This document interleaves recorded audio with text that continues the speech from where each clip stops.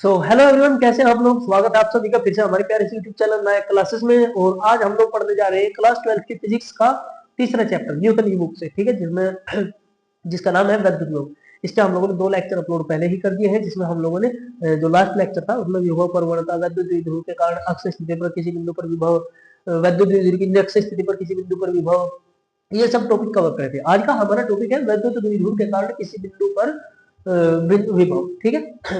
तो आज हमारा ये टॉपिक है, ठीक है। और ये टॉपिक ना थोड़ा कॉम्प्लिकेटेड सा टॉपिक है, इसको समझना बहुत ज्यादा जरूरी है, ठीक है। ये क्वेश्चन में आता है। इसी पे जैसा एक टॉपिक था पहले चैप्टर में, वैद्युत द्विध्रुव के कारण किसी बिंदु पर वैद्युत क्षेत्र की तीव्रता, वो इस बार सिलेबस से हटाया गया है, ठीक है। तो ये टॉपिक अगर पहले भी आ चुका होता आपके सामने तो आपको समझने में आसानी होती, लेकिन अब ये पहली बार आया है, ठीक है। तो थोड़ा सा समझने में आपको अटपटा लग सकता है, लेकिन फिर भी कोई बात नहीं, हम आपको समझाएंगे और आप अच्छे से समझेंगे तो एकदम अच्छे से आपको समझ में आएगा, ठीक है। तो वैद्युत द्विध्रुव के कारण किसी बिंदु पर विभव हम लोगों को चेक करना है। सबसे पहले हम वैद्युत द्विध्रुव देख लेते हैं, ठीक है। माना एक वैद्युत द्विध्रुव है, और इसको मैं यहाँ नहीं, यहाँ थोड़ा बड़ा है चित्र बनाएंगे। माना ये एक वैद्युत द्विध्रुव है, ए बी, प्लस क्यू आवेश और माइनस क्यू आवेश। इसके बीच की जो कुल दूरी है वो 12 होती है, आप लोगों को पता ही है। इसका मध्य बिंदु O है, इस तरफ भी L दूरी है और इस साइड भी L दूरी है, ठीक है।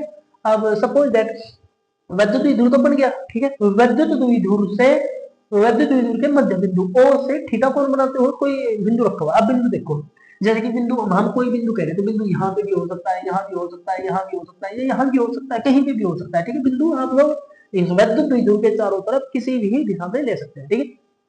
लेकिन हम आपको ये बात बाद में बताएंगे कि आप किसी भी तरफ बिंदु को कैसे ले सकते हैं। पहले हम उस हिसाब से पढ़ाएंगे जिस हिसाब से आपको बुक्स में पढ़ाया गया है, ठीक है। तो बुक्स में ये बताया जाता है कि बिंदु आप इस साइड में कहीं पर भी एक बिंदु मान लीजिए। सपोज दैट ये एक बिंदु P है, और इस बिंदु P पर हमें वैद्युत द्विध्रुव के कारण वैद्युत क्षेत्र की तीव्रता ज्ञात करनी है, ठीक है। तो अब वैद्युत द्विध्रुव के मध्य बिंदु O से बिंदु P की दूरी हम लोगों को पता होना चाहिए, ठीक है। हम लोग इसकी दूरी यहाँ से ऐसे ये देखिए, ठीक है। ये सपोज दैट ये दूरी R है। अभी इसको थोड़ा अच्छे से बनाएंगे, ठीक है। अभी तो आपको समझा रहे हैं मॉडिफिकेशन। चलिए, यहाँ से मध्य बिंदु की दूरी, मध्य बिंदु O से दूरी बिंदु की क्या है, P है, ठीक है। अब बिंदु P के हम लोगों को दूरी पता चल चुका है, हमें वैद्युत द्विध्रुव के कारण बिंदु P पर वैद्युत क्षेत्र की वैद्युत विभव की गणना करनी है, ठीक है। अब जितना काम हम लोगों ने कर दिया है डेरिवेशन में, ठीक है, चित्र में, उतना काम पहले हम लोग देख लेते हैं कि ये किस प्रकार से लिखा हुआ है। स्टेप बाय स्टेप एक एक काम को करते चलेंगे और उसको लिखते चलेंगे, ठीक है, तभी आपको अच्छे से समझ में आएगा। तो वैद्युत द्विध्रुव के कारण किसी बिंदु पर वैद्युत विभव, ठीक है। इसके बाद देखा, माना एक वैद्युत द्विध्रुव, ये तो हेडिंग हो गया, ठीक है। इसके अंदर लिखना आपको, माना एक वैद्युत द्विध्रुव ए बी है। देखिए ए बी एक वैद्युत द्विध्रुव है, प्लस क्यू व माइनस क्यू आवेशों से मिलकर बना है। तो बिल्कुल सही बात है, प्लस क्यू और माइनस क्यू आवेशों से मिलकर बना है। तथा ए व बी के बीच की दूरी, ए व बी के बीच की दूरी 2L है। कौन है देखिए, चेक कर, सेवा बताओ। अच्छा ये आया करेगा ना, रुक ना, रुक दी से चालू दे। हां सीट नंबर 6 पे बैठो। हां 6 पे कोई नहीं, बिठवा दे, सीट 6 जंगा रहते हो हैं। मुझे पता था पहले ऐसे कौन सी तकलीफ तेरे से बची मन कर देख उठा हैं। यो वहां का बसी गाड़ी उठा, बसी तुम्हारी बसी। अच्छा सॉरी सॉरी, तुम्हारी किस तरह है कुंडा कुंडा बसी हैं। नहीं नहीं दो नहीं ना, मेरे को नहीं पता। तो चल हम कहां गए, पता है कभी कभी ऐसा। तो हाँ हम यहाँ की थे, ए बी के बीच की दूरी 2L है, ठीक है। ए तथा बी के बीच की दूरी 2L है, 2L तथा मध्य बिंदु O है। ए बी के बीच की दूरी 2L और मध्य बिंदु O है। वैद्युत देखिए वो वीडियो तो निकल रही है,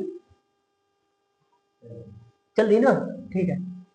वैद्युत द्विध्रुव के मध्य बिंदु O से थीटा कोण बनाते हुए, ये O बिंदु है, O से थीटा कोण बनाते हुए R दूरी पर एक बिंदु P है, ठीक है, जिस पर वैद्युत विभव ज्ञात करना है। बस इतनी बात हम लोगों को लिखनी है इस डेरिवेशन में। इसके बाद जो हम लोग काम करेंगे वो अपने समझकर और सोच समझकर काम करेंगे, ठीक है। तो चलिए सबसे पहले हम लोग आप ये बताइए मुझे कि अगर किसी बिंदु आवेश के कारण किसी दूसरे बिंदु पर वैद्युत विभव चेक करना हो तो आप क्या फॉर्मूला लगाएंगे, फिर मैं आपको बताता हूँ। अगर आपको किसी एक बिंदु आवेश के कारण किसी दूसरे बिंदु पर विभव चेक करना है तो आप लोगों को लगाना पड़ेगा, आप लोगों को इसमें जो आवश्यकता है वो पड़ेगी इस आवेश की और यहाँ से बिंदु की दूरी, ये दो चीजों की जरूरत पड़ेगी, ठीक है। कुर्सी ले लेना, तो ये कुर्सी ले, ये यहाँ रख दे। हाँ हाँ बेटा, तो v बराबर 1/4 पाई एप्सिलॉन नॉट क्या हुआ अपॉन आर। इसकी तो वैल्यू फिक्स होती है, इसका तो पता ही है। तो हम लोगों को अगर किसी बिंदु आवेश के कारण दूसरे बिंदु पर वैद्युत निकालना है तो हमें क्यू की और आर की आवश्यकता होती है, ठीक है। अब मैं यहाँ दो आवेश है, एक प्लस क्यू है एक माइनस क्यू आवेश है। तो प्लस क्यू के कारण पहले बिंदु बी पर वैद्युत क्षेत्र की तीव्रता निकालूंगा और माइनस क्यू के कारण दोबारा वैद्युत क्षेत्र की वैद्युत विभव निकालूंगा। सॉरी मैंने वैद्युत क्षेत्र बोल दिया होगा। तो माइनस क्यू के कारण अलग निकालेंगे, प्लस क्यू के कारण अलग निकालेंगे, ठीक है। वैद्युत विभव, अब विभव निकालने के लिए हमें दूरी की तो आवश्यकता पड़ेगी यहाँ, ठीक है। मैं इसको यहाँ ऐसे लिख रहा हूँ, यहाँ पे दूरी की आवश्यकता पड़ेगी तो हमें बिंदु पी से बिंदु ए को मिलाना पड़ेगा, बी को, सॉरी बी को भी मिलाएंगे और ए को भी मिलाएंगे, क्योंकि दोनों आवेशों का कारण करेंगे ना विद्युत क्षेत्र की विद्युत विभव। यार बोर्ड पे लाइन खींचना ना थोड़ा डिफिकल्ट हो गया है ये। हाँ वैसे एक्यूरेट कीजिए भाई, एक ये वाली लाइन,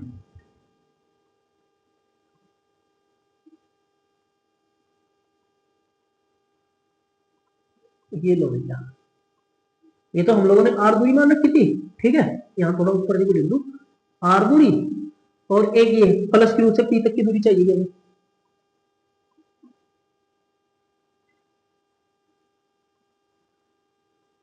इसको मान लेंगे आर, ठीक है, इसको मान लेंगे आर, और ये आर टू। पहले आवेश के कारण बिंदु पी की दूरी R1, दूसरे आवेश के कारण बिंदु पी की दूरी R2 और मध्य बिंदु से बिंदु पी की दूरी R, ठीक है। अब चलिए मैं इसको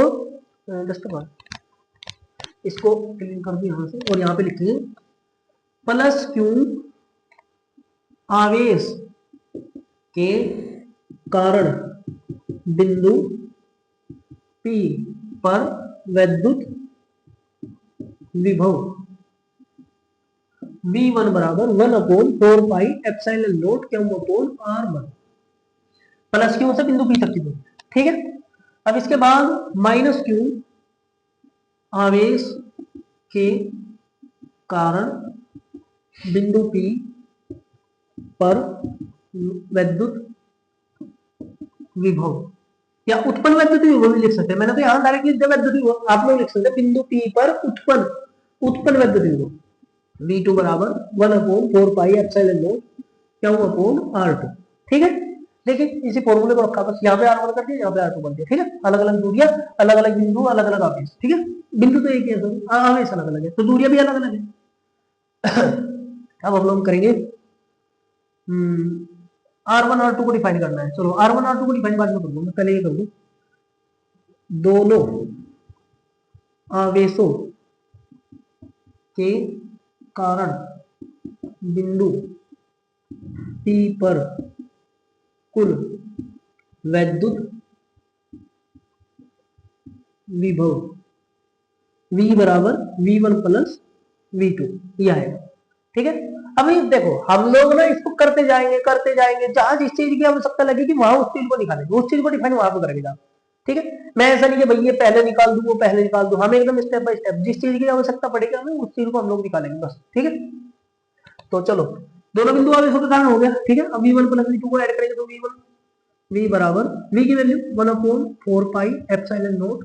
और हाँ एक बात रहेगी यहाँ पे, ये प्लस क्यू के कारण है, देखो प्लस क्यू आवेश के कारण, और ये माइनस क्यू आवेश के कारण है, तो यहाँ पे माइनस क्यू के साथ माइनस अरेंज करना पड़ेगा, माइनस लिखना पड़ेगा, ठीक है ऐसे। तो V1 की वैल्यू V बराबर V1 की वैल्यू 1/4 पाई क्या हुआ R1 प्लस, फिर करेंगे V2 की वैल्यू पुट करेंगे यहाँ पे 1/4 पाई एप्सिलॉन नॉट माइनस क्या हुआ अपॉन R2, ठीक है। ये V2 की वैल्यू पुट करी हमने यहाँ पे, और ये V1 की वैल्यू पुट करी यहाँ पे, दोनों को ऐड करेंगे। अब यहाँ से जो कॉमन है वो लेंगे, तो 1/4 पाई एप्सिलॉन नॉट क्यों भी कॉमन लेंगे, अंदर बचेगा 1/R1, ये माइनस की मल्टीप्लाई यहाँ करेंगे तो माइनस हो जाएगा, माइनस और 1/R2 ये हो गया, ठीक है। एकदम क्लियर है यहाँ तक किसी को कोई प्रॉब्लम नहीं होगी I think. Then V is equal to 1/4 pi epsilon not क्यों। अब इन लोगों को ये जो अंदर रखी हुई है चीजें इनका लेस लीजिए, तो हो जाएगा R1 इंटू R2, इसकी मल्टीप्लाई इस तरह आप लोगों को आता ही होगा इतना, तो बर्ज गुना करेंगे इनका, दोनों की मल्टीप्लाई करके नीचे लिखेंगे, इसकी मल्टीप्लाई इसमें और इसकी मल्टीप्लाई इसमें R1, ठीक है ऐसे R2 माइनस R1। वैसे तो एक लंबा प्रोसीजर होता है, ठीक है, 60 से सिखाया जाता है बिलों का योगफल जोड़फल घटाव, ठीक है, तो ये सब सिखाया जाता है उसमें होता है, ठीक। आप लोग इतने होशियार तो है ही। चलिए अब यहाँ पे आके हम लोग फंस गए, ठीक है, यहाँ पे आके फंस जाते हैं, क्योंकि यहाँ पे आगे पता नहीं चल पाता कि R1 R2 की वैल्यू इससे आगे क्या पुट करें। अब तो हम लोग जो चीज हमको बोली गई है हम उसकी वैल्यू पुट करते हुए आ रहे हैं, ठीक है। अब सॉरी मुझे नजला जुकाम हो रखा है, ठीक है। तो ये R2 माइनस R1 यहां तक आ गई, ठीक है। अब हमें R1 R2 की वैल्यू डिफाइन करनी पड़ेगी, ठीक है। चलो R1 R2 की वैल्यू कैसे निकालेंगे, देखो R1 R2 की वैल्यू हमको जो फिक्स वैल्यू पता है, फिक्स ये तो हम लोगों ने माना है R1 R2 को, ठीक है, हम लोगों ने अपने आप से लिखा है। जो फिक्स वैल्यू यहाँ थ्योरी में लिखी हुई है बिंदु P की ओर से दूरी वो R है। हमें R1 और R2 को इस तरीके से ज्ञात करना है कि वो R के पदों में ज्ञात हो, ठीक है, R के पदों में ही ज्ञात हो, यानी कि इस दूरी R से रिलेशन होना चाहिए, R1 का रिलेशन R से होना चाहिए, इसी तरीके से R2 का रिलेशन R से होना चाहिए। तो हम कहेंगे कि R1 दूरी R के पदों में है, ठीक है। अगर R2 दूरी के अंदर हम लोगों ने R को इंक्लूड कर दिया, R आ गया R2 दूरी के अंदर, तो हम कहेंगे कि R2 जो दूरी है वो R के पदों में है, ठीक है, R के पदों में। तो सीधा सीधा कहने का मतलब ये है R1 दूरी में भी R होना चाहिए और R2 दूरी में भी R होना चाहिए, बस, ठीक है, ये बात। तो अब अच्छा ये बात तो भैया अंधे भी देख के बता देंगे, मतलब सॉरी अंधे तो देख नहीं सकते, गलत बोल दिया मैंने, मतलब एक अज्ञानी सा बच्चा भी देख के बता देगा कि भाई इस दूरी में ये P से B तक की जो दूरी है ये दूरी बड़ी है और ये P से O तक की दूरी छोटी है, ठीक है, दिख रही है ना दोनों लाइनें। इसी तरीके से P से लेके O तक की दूरी बड़ी है और P से लेके A तक की दूरी छोटी है, ठीक है, ये सबसे छोटी दूरी है, ये बड़ी दूरी है और ये सबसे बड़ी दूरी है। आगे बात समझ। अब हम लोगों को सबसे पहले क्या करना पड़ेगा, इन दूरियों को इक्वल करना पड़ेगा, ठीक है। तो मैं इस लाइन को R के पदों में निकालने के लिए, R2 को R के पदों में डिफाइन करने के लिए इसको थोड़ा आगे लेकर चलूंगा, बिल्कुल सीधी रेखा में आगे बढ़ाऊंगा, ये बढ़ा, ठीक है। अब ये बढ़ाने के बाद हमें क्या करना है, इस रेखा OP रेखा से बिंदु B पर लंब डालना है, ठीक है, OP रेखा से बिंदु P पर लंब, ये मैंने यहां डाल दिया लंब, ठीक है, लंब होता है 90 डिग्री का। अब अगर ये लंब है तो ये क्या है, ये रेखा यहां से लेकर यहां तक की ये रेखा क्या है, ये कहलाएगी आधार। मैं इस पर यहां ऐसे क्रॉस करके लिख दूं, ठीक है, और इस बिंदु को नाम दे दूं M, ठीक, और ये है आधार, ऐसे नहीं यहां लिख दूं आधार। मैं एक एक चीज का क्लियरिफिकेशन करके लेके चलूंगा, ठीक है। तो ये लंब है, ये आधार है 90 डिग्री का एंगल बना हुआ तो समकोण त्रिभुज है। तो फिर ये क्या है, ये रेखा है कर्ण, ठीक है, ये रेखा क्या करेगी, कर्ण का कार्य करेगी। आगे बात सुन, ठीक है। तो अब हम लोग त्रिभुज में देखेंगे, त्रिभुज ए बी पी में, त्रिभुज ए बी पी में आप लोग गौर से देखिए, बिंदु P से लेकर के B तक की दूरी और बिंदु P से लेकर के M तक की दूरी दोनों इक्वल नहीं है क्या, ये यहां से यहां तक की दूरी और ये यहां से यहां तक की दूरी बिल्कुल इक्वल नहीं है क्या, ठीक है, देख लो चेक करो, B से P तक की दूरी, P से M तक की दूरी, दोनों की दोनों दूरियां एकदम इक्वल है, ठीक है, लगभग इक्वल है। लेकिन त्रिभुज का जो परिभाषा कहती है, त्रिभुज की परिभाषा क्या कहती है, त्रिभुज की परिभाषा बताती है कि किसी भी समकोण त्रिभुज में आधार लंब और कर्ण तीनों इक्वल नहीं हो सकते, कर्ण तो हमेशा बड़ा रहेगा, लंब से भी बड़ा रहेगा और कर्ण हमेशा आधार से भी बड़ा रहेगा। तो कर्ण वाली भुजा अब भी देखने में तो लग रहे दोनों बराबर, लेकिन अब भी एग्जैक्टली कर्ण आधार के बराबर नहीं है, ठीक है, ये लगभग बराबर है। स्वर्गासम आप लोगों ने पढ़ा होगा कक्षा 10 में, छठा चैप्टर होता है, ठीक, तो उसमें पढ़ाया जाता है स्वर्गासम, ठीक। तो ये लगभग बराबर है, हम लोग इनको एग्जैक्ट बराबर नहीं कह सकते। अच्छा, ये कर्ण और आधार लगभग बराबर कब होते हैं, कर्ण और आधार लगभग बराबर तब होंगे जब उनके बीच का लंब बहुत छोटा होगा। आगे बात समझ, जितना छोटा लंब होगा उतनी ही में ज्यादा क्या होगी, दूरियां बराबर होगी। आई बात समझ, ऐसे, ठीक है। तो यहाँ लंब बहुत छोटा है जिसके कारण आधार और कर्ण लगभग लगभग बराबर है। तो हम लोग इस चीज को ऐसे लिख सकते हैं, त्रिभुज ए पी बी में R1 बराबर R2 बराबर, सॉरी R1 लिख दिया मैंने, R2, वैसे आप लोग पहले R1 भी निकाल सकते हैं, मैंने R2 निकाल लिया, कोई फर्क नहीं पड़ता, ठीक है। R2 बराबर, अच्छा R2 यहां से वहां तक की दूरी है ना, तो BP को BP, अच्छा BP किसके बराबर है, लगभग ये स्वर्गासम का चिन्ह लगा है, BP है MP के इक्वल, MP के इक्वल, ठीक है।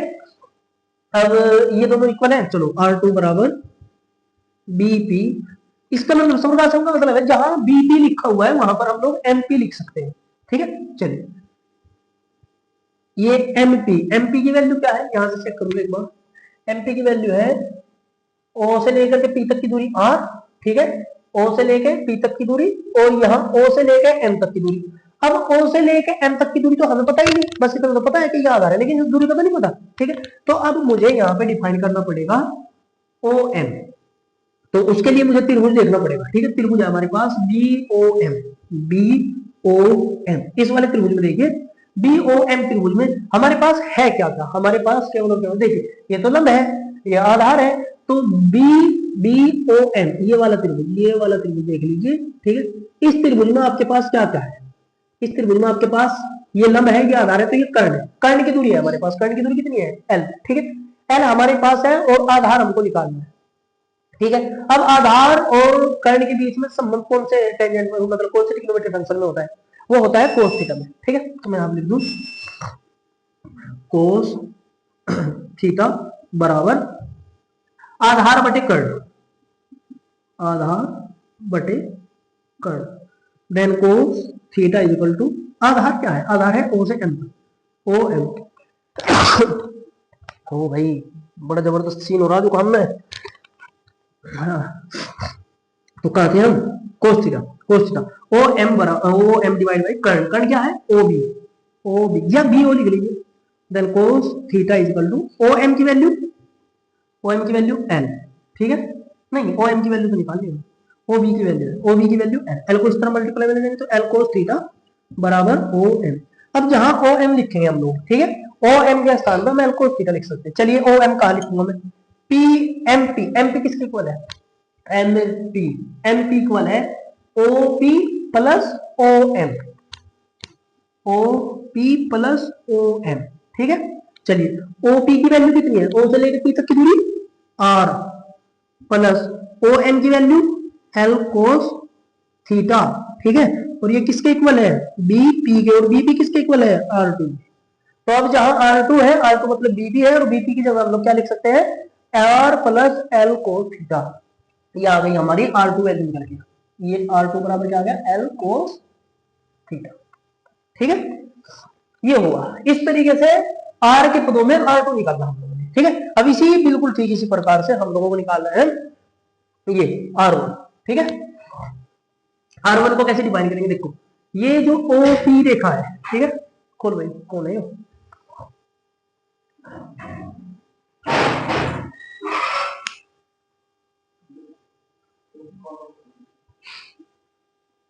इधर तक कनेक्ट करवाया था तुमने, अच्छा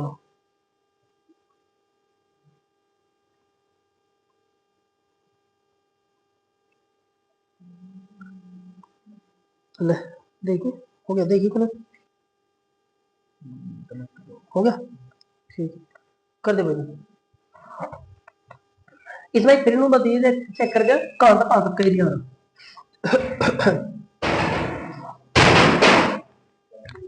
ये कहां तक का एरिया आ रहा, मैं फिर इसी हिसाब से लिखूंगा ना, यू आ गया, यू आ गया पूरा है, तो यू भी आ जाओगा, फिर तो यहाँ निकालने में फायदा, इस तरफ यहाँ तक आ रहा होगा एरिया, आधार, बाकी साफ करके दोबारा कर लेंगे। चलो अब हम लोगों को निकालना है भाई ये आर वन, आर वन कैसे निकाल लेंगे, देखो जैसे हम लोगों ने लंब डाल के इसको निकालना, ऐसे ही लंब डाल के इसे निकाल लेंगे, ठीक है। लंब कौन सी रेखा है डाला जाएगा, लंब डाला जाएगा आधार से, ठीक है, आधार के ऊपर ही लंब होता है, तो आधार क्या है ओ पी, ओ पी से बिंदु ए पर लंब डालो, ये यहाँ पे ये हो गया जी लंब, ये 90 डिग्री का एंगल। लंब डालने के बाद अब ये दो रेखा इस बिंदु को यहाँ जहां से लंब डाला है इसको नाम दे देते हैं एन। लंब डालने के बाद ये जो दूरी निकली यहाँ से एन से लेकर के ओपी तक की, वो दूरी लगभग लगभग आर वन के इक्वल है, ये तो आधार है, ये तो आधार है, ठीक है, और ये कर्ण है, और ये लंब है, ठीक है। अब जब लंब की दूरी छोटी होती है तो आधार और कर्ण क्या होते हैं, लगभग लगभग इक्वल होते हैं, आगे बात समझ, ये क्या होते हैं लगभग लगभग इक्वल होते हैं। तो हम लोग यहाँ लिखेंगे त्रिभुज ए एन पी में, या पी एन ए भी लिख सकते हैं आप लोग जैसा आपको अच्छा लगे, मैं पी एन ए ही लिख दूं, पी एन ए में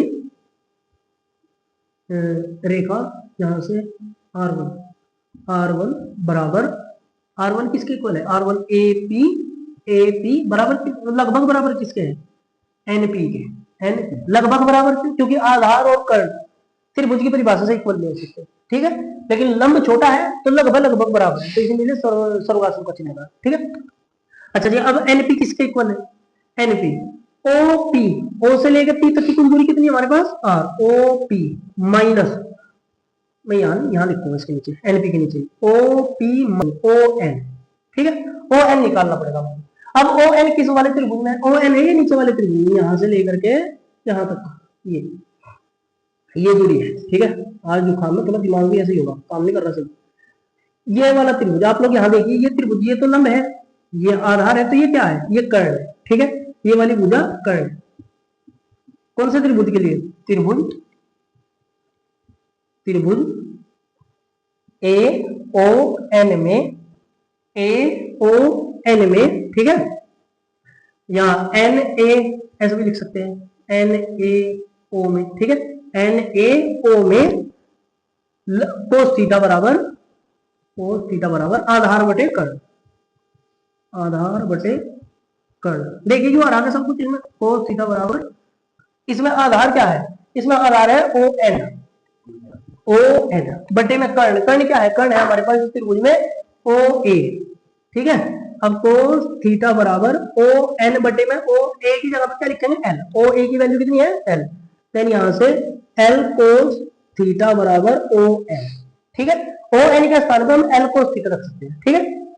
देख लीजिए आप लोग, cos थीटा बराबर आधार बटे कर्ण, आधार ये रहा ON, कर्ण डिवाइड में लिखा है, कर्ण है यहाँ से O से A तक की दूरी लिखी, L को इस तरफ मल्टीप्लाई किया और ON बराबर हमारे पास आ गया L cos थीटा, तो जहां ON है वहां मैं L cos थीटा रखूंगा, तो R1 बराबर, यहाँ पर लिख दिए AP, इस लाइन को कंप्लीट कर दो R1, तो ये हो जाएगा R1 बराबर AP सर्वगासम OP की वैल्यू R माइनस ON की वैल्यू L cos थीटा, ठीक है। ये हमारे पास किसकी वैल्यू आ गई, NP की वैल्यू, NP मतलब R1 की वैल्यू, जहां R1 होगा वहां हम क्या लिख देंगे, R minus L cos theta, ठीक है। अब आशा है आप लोगों को यहाँ तक समझ में आ चुका होगा, आप लोग जल्दी से इसका स्क्रीनशॉट ले लीजिए, फिर इससे आगे का कार्य करते हैं, ठीक है। तो जल्दी से स्क्रीनशॉट लीजिए इसका, मतलब बस ले जा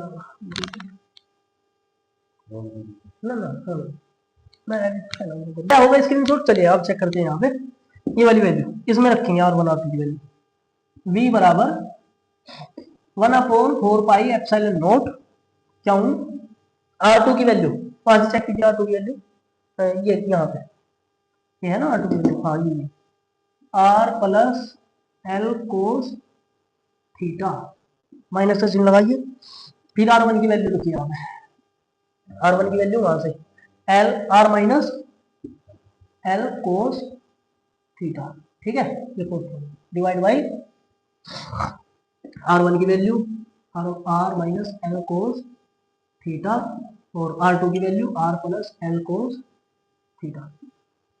ध्यान से देखिए, ऐसे लिखा हुआ है A minus B A plus B, और दोनों की मल्टीप्लाई करके पता क्या आता है, तो आता है A square minus B square, अभी बात समझ में ऐसा, तो V बराबर बड़े ठंडे दिमाग से चलना, क्यों, divide by R plus L cos theta minus के अंदर मल्टीप्लाई करो माइनस, और माइनस हो जाएगा यहाँ पे plus L cos theta divide by, यहाँ इसको A के स्थान पे R है तो मैं लिखूंगा R का स्क्वायर, माइनस B के स्थान पे L cos थीटा है तो मैं लिखूंगा L का भी स्क्वायर और cos थीटा का भी स्क्वायर, ठीक है।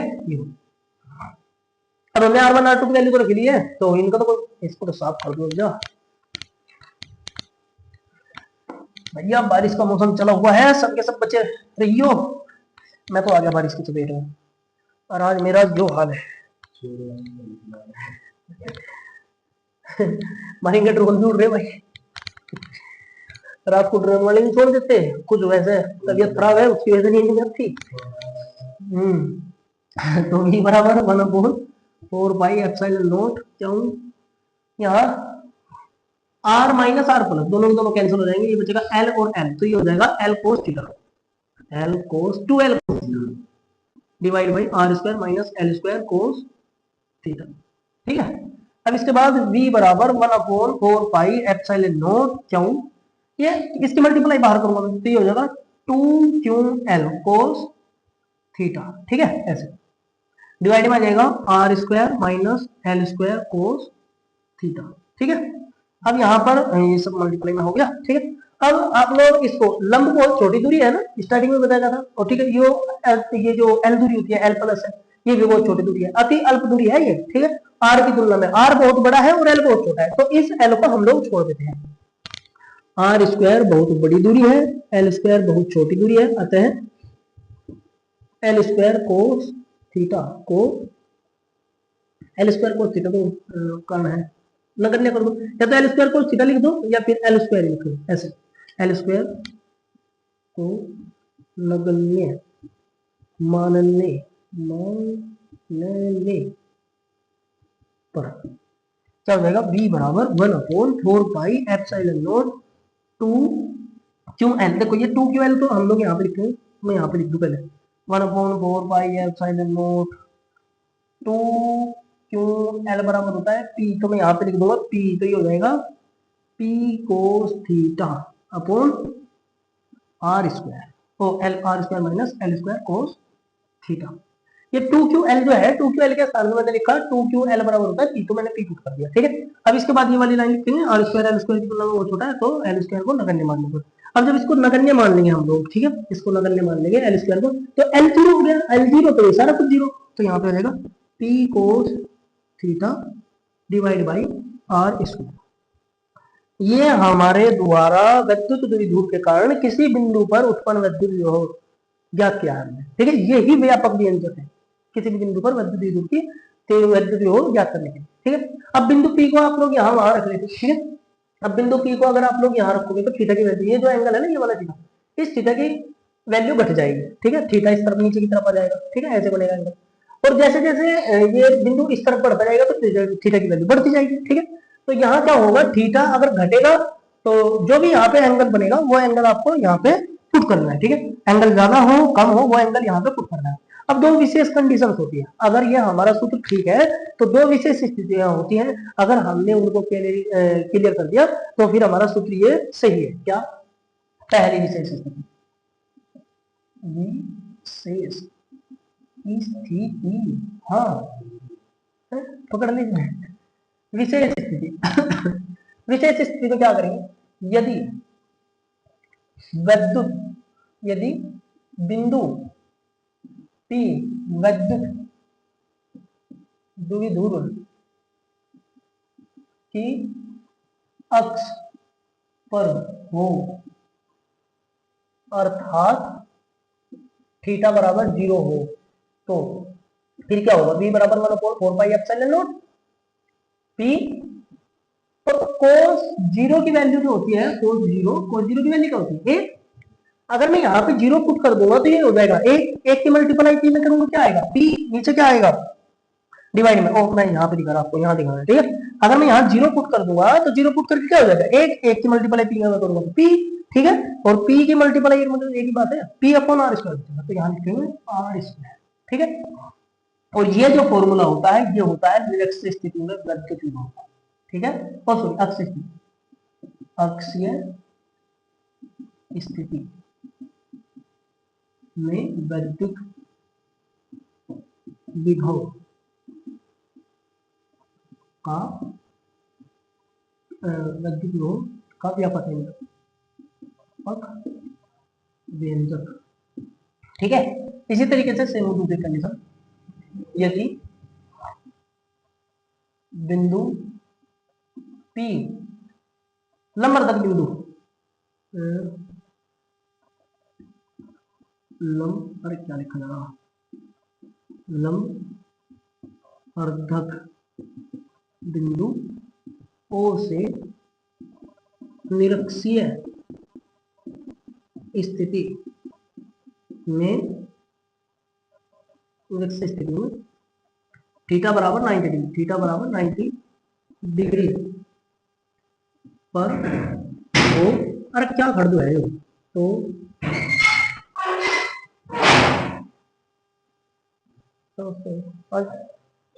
रुक दो। हाँ, तो इसका तो क्लीन कर दो नीचे का थोड़ा सा। तो v बराबर 1/4 पाई एप्सिलॉन नॉट कोस 90 की वैल्यू कितनी होती है? कोस 90 की वैल्यू होती है 0। ठीक है, अगर मैं यहाँ p 0 की मल्टीप्लाई करूंगा अपॉन आर स्क्वायर तो सब 0 हो जाएगा, और 0 की मल्टीप्लाई करूंगा तो v बराबर 0। ठीक है, ये निरक्षर स्थिति में किसी बिंदु पर विद्युत विभव होता है। ठीक है, तो हम लोगों ने निकाला था किसी भी बिंदु पर विद्युत विभव। अब हमारा ये सूत्र सही है। ठीक है, हमने इसी इसी डेरिवेशन में, इसी व्यंजक में, इसी व्यापक सूत्र में क्या करा, अक्षय स्थिति रख के देखी तो अक्षय स्थिति का फॉर्मूला निकल के आया, यानी कि अक्षय स्थिति मतलब थीटा बराबर 0 रख के देखा तो अक्षय स्थिति का फॉर्मूला निकल गया। और हमने यदि इसको थीटा को, इस बिंदु P को बिल्कुल इसके सीध में माना, ऊपर यहाँ पे मान लिया। ठीक है, और यहाँ से ऐसे लंबा दिया, तो हमने जब थीटा बराबर नंबर रखा तो हमारा विद्युत खुल जाए, यानी कि स्थिति का निरक्षर बिंदु का विद्युत निकल जाए। तो हमारा ये जो सूत्र है ये व्यापक सूत्र है, और ये हमारा डेरिवेशन एकदम राइट है, राइट कैलकुलेशन। ठीक है, तो आशा है आप लोगों को ये सब कुछ समझ में आया होगा। अगर आपको समझ में आ चुका है तो आप स्क्रीनशॉट लीजिए और अच्छे से इसकी प्रैक्टिस कीजिए। ठीक है, कई सारी किताबों में, कई सारी क्या हमारी न्यूटन की किताब में भी ऐसा है, इस प्रकार से बताया गया कि बिंदु P के, ये सब मटेरियल जो स्टार्टिंग में लिखा गया था ना, उसके बाद लिखा गया कि बिंदु P के थीटा निर्देशांक थीटा और r है, उनसे बच्चा छोड़ो मास्टर नहीं क्लियर हो पाता क्या और थीटा है क्या, वह तो निर्देशांक हमें तो पता है, लेकिन इस चीज को समझाने के लिए बहुत बड़ा मटेरियल होता है। ठीक है, एक बहुत बड़ा सिस्टम होता है। आप लोग देखिए ना, इस वीडियो को करने में कितना टाइम लग गया, इस टॉपिक को करने में। ठीक है, तो इस प्रकार से हम इसे सरलता से समझ सकते हैं। ठीक है, और कहीं कैलकुलेशन में कोई दिक्कत नहीं है। अब तक का जो भी डेरिवेट करा सब कुछ एकदम सही निकल गया। ठीक है, तो आर थीटा निर्देशांक के लिए एक चीज को करने के कई सारे तरीके हो सकते हैं, और कई सारे तरीकों की फुल भरमार है मेरे पास। ठीक है, मेरे पास बहुत सारे तरीके हैं आपको समझाने के लिए, आप मुझे बता सकते हैं और मैं आपके लिए नए नए तरीके ईजाद करूंगा। ठीक है, तो जल्दी से स्क्रीनशॉट लीजिए इसका, फिर आगे का कार्य करते हैं।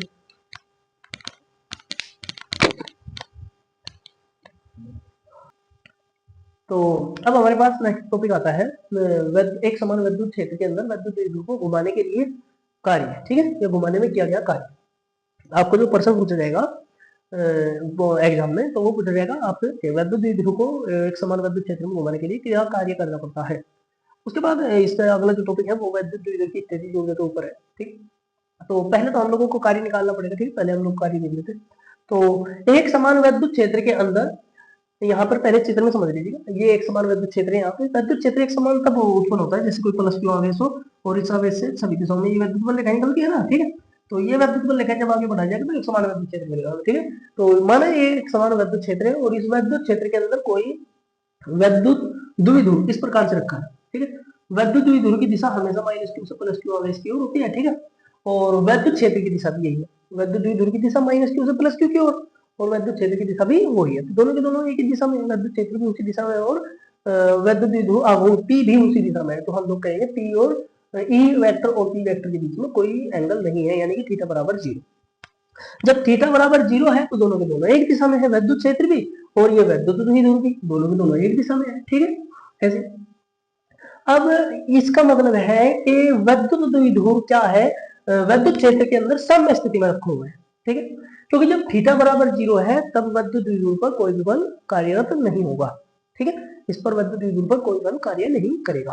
ठीक, अब हम लोगों को क्या करना है, ये अभी तो 0 एंगल पर रखा हुआ है, विद्युत क्षेत्र और विद्युत द्विध्रुव के बीच में कोई कोण नहीं है, एंगल नहीं है, लेकिन हम लोगों को करना क्या है, इस विद्युत द्विध्रुव को घुमाना है।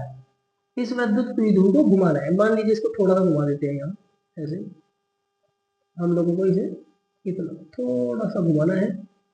और ये देखिए, अब यहाँ विद्युत क्षेत्र की जो दिशा है, मैं यहाँ पर विद्युत क्षेत्र की एक दिशा बना दूँ। ये देखिए विद्युत क्षेत्र की जो दिशा है, इसके और इसके बीच में, दोनों के बीच में, ये देखिए यहाँ पे ठीक एंगल बना हुआ है। ठीक है, विद्युत क्षेत्र के बीच में और विद्युत द्विध्रुव के बीच में थीटा एंगल बना हुआ है। इस विद्युत क्षेत्र की बल रेखा को मैं यहाँ नहीं, विद्युत द्विध्रुव के अंदर से ही निकालता हूँ। ठीक है, तो ज्यादा समझ में आए। ये देखिए, ये यहाँ ऐसा कैसे कर दिया, और ये देखिए विद्युत द्विध्रुव के बीचों बीच निकाल दिया विद्युत बल।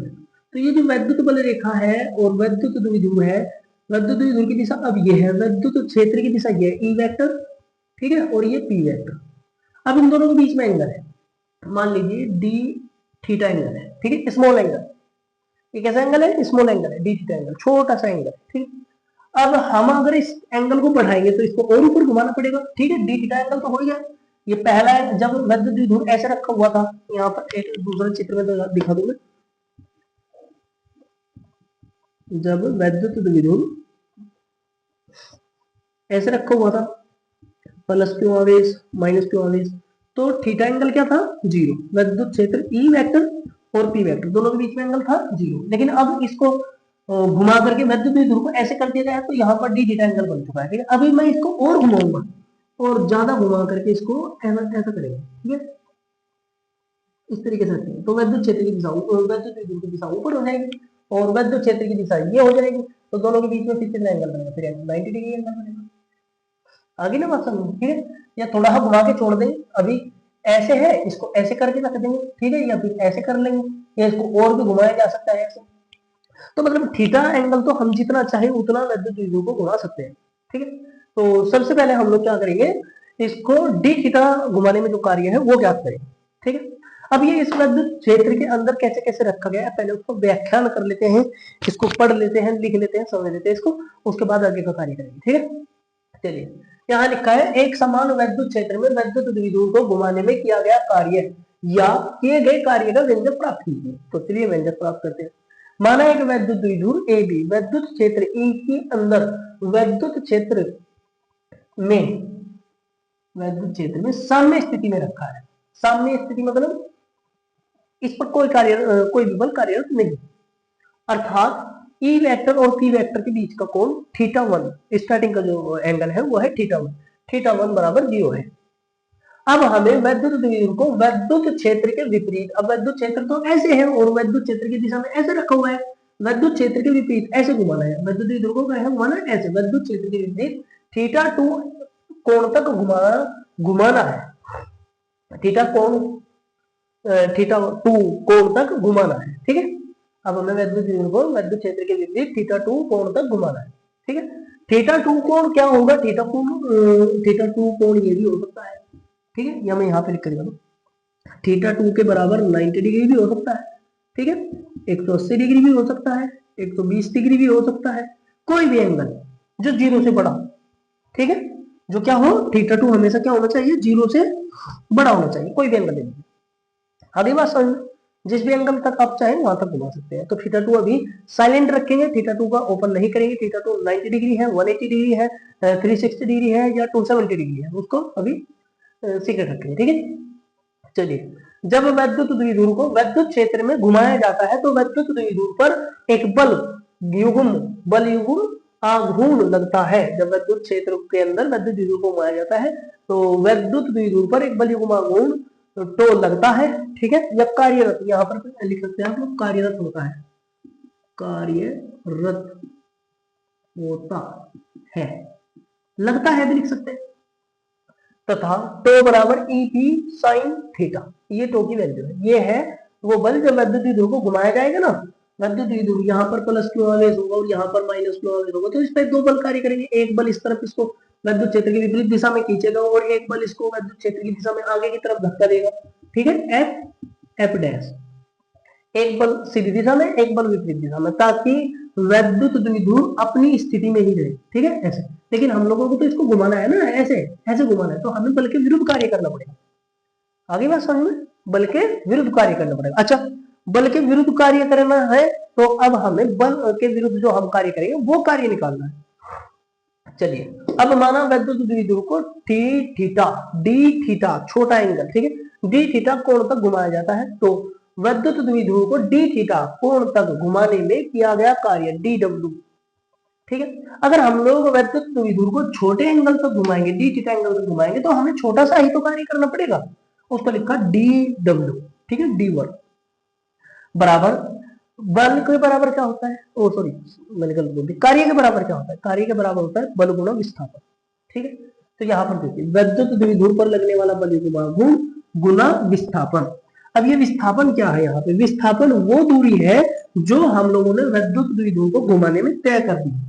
ये डी थीटा एंगल, इतना एंगल था और इसको इतना चला दिया, ठीक है, जीरो था और इतना चला दिया, तो ये जो डी थीटा एंगल क्रिएट हुआ है ये हमारा विस्थापन ही तो है।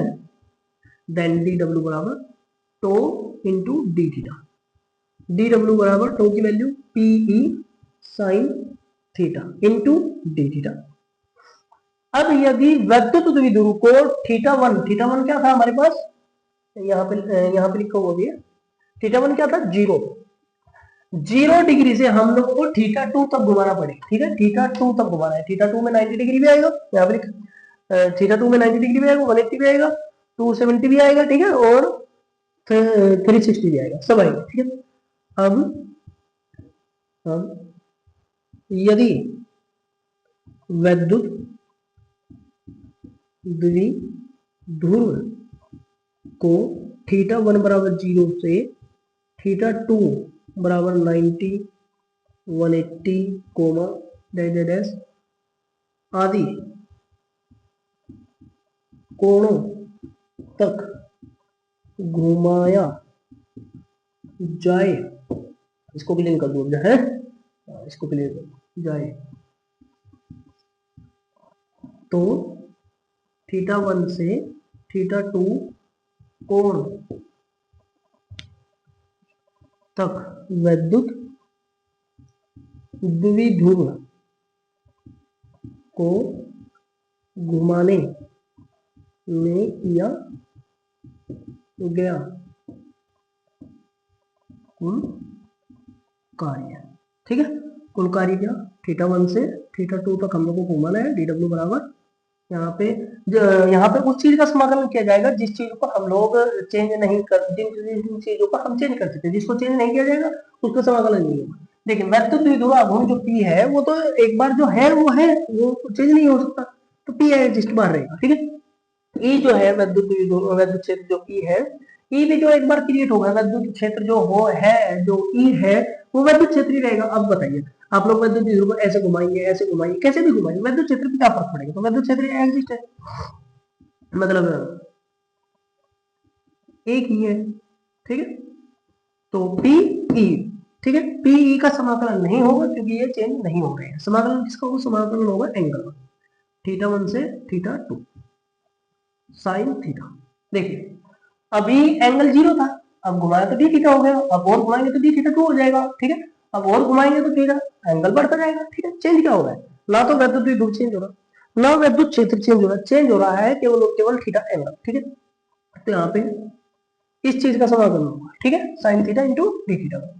तो अब समाकलन करते हैं, डी से ये समाकलन कैंसिल हो जाएगा तो डब्ल्यू बचेगा, डब्ल्यू बराबर, अब ये कैपिटल डब्ल्यू हो गया, ठीक है, ऐसे लिख सकते हैं इसको, कैपिटल डब्ल्यू, ठीक है, बड़ा वर्क, बड़ा कार्य, या ऐसे भी डिनोट रहने दीजिए जैसे आप लोगों का, बस डेल्टा हट गया तो बड़ा ही कार्य होगा। पीई साइन थीटा का जो समाकलन होता है मैं यहाँ पे लिख दूं बॉक्स के अंदर, sine theta into D theta, इसका जो समाकलन होता है वो तो माइनस कोस थीटा, ठीक है। तो यहाँ पे समाकलन sine theta into D theta का जो समाकलन है वो आएगा कोस थीटा, और ये रखेंगे इसकी limit theta one theta two. ये यहाँ जो लिमिट्स हैं ये बताती हैं कि हम लोगों ने कहाँ से चलना आरंभ किया है और कहाँ तक हम लोग पहुंचे, कि जहाँ से चलेंगे और कहाँ तक हमें पहुंचना है वहां तक के बीच का जो कार्य है वो यहाँ इससे प्रदर्शित होगा। तो डी डब्ल्यू बराबर पी ई, यहाँ लिमिट्स को रखने की एक नियम होता है, upper limit minus lower limit, और मैंने साथ माइनस लगाया, माइनस रह गया, ये माइनस लगा दिया, तो माइनस कोस थीटा टू, फिर माइनस लगाएंगे और माइनस लिखेंगे माइनस कोस थीटा वन, ये हो गया। अपर लिमिट रख दी थीटा के स्थान पे, ठीक है, अपर लिमिट रखनी पड़ती है जिसके रेस्पेक्ट में हम लोगों ने समाकलन किया है, मतलब थीटा के रेस्पेक्ट में किया है, ठीक है। तो थीटा के स्थान पे पहले मैं थीटा टू रखूंगा, उसके बाद थीटा वन रखूंगा, ठीक है। तो ये हो गया upper limit minus lower limit, ये कोस थीटा, थीटा की जगह पे 2, माइनस का चिन्ह लगाया, माइनस लोअर लिमिट थीटा की जगह पे माइनस वन, माइनस कोस 0, ठीक है। अब चलिए W बराबर पीई कोस थीटा, अब इस कोस थीटा की इसमें मल्टीप्लाई करूंगा तो ये हो जाएगा माइनस माइनस प्लस, ठीक है। अच्छा जो चीज प्लस की होती है, एक मिनट रुको भाई, सॉरी, हाँ, मैं कहाँ पे था, मैं यहाँ पे था कि जो चीज माइनस माइनस, ये देखिए माइनस माइनस की मल्टीप्लाई करूंगा क्या हो जाएगा प्लस, और ये माइनस ही रहेगा, तो जो प्लस में है वो पहले लिखा जाएगा, cos theta one minus cos theta two, ये हो गया, ठीक है, ऐसे। अब आप लोग इसमें रख सकते हैं कि थीटा वन बराबर क्या है, थीटा वन बराबर तो जीरो है। अब थीटा वन बराबर जीरो है तो पी ई, थीटा वन की वैल्यू यहाँ पे जीरो रखूंगा तो थीटा वन बराबर होता है कोस जीरो बराबर होता है वन, तो यहाँ पे आ जाएगा one minus cos theta.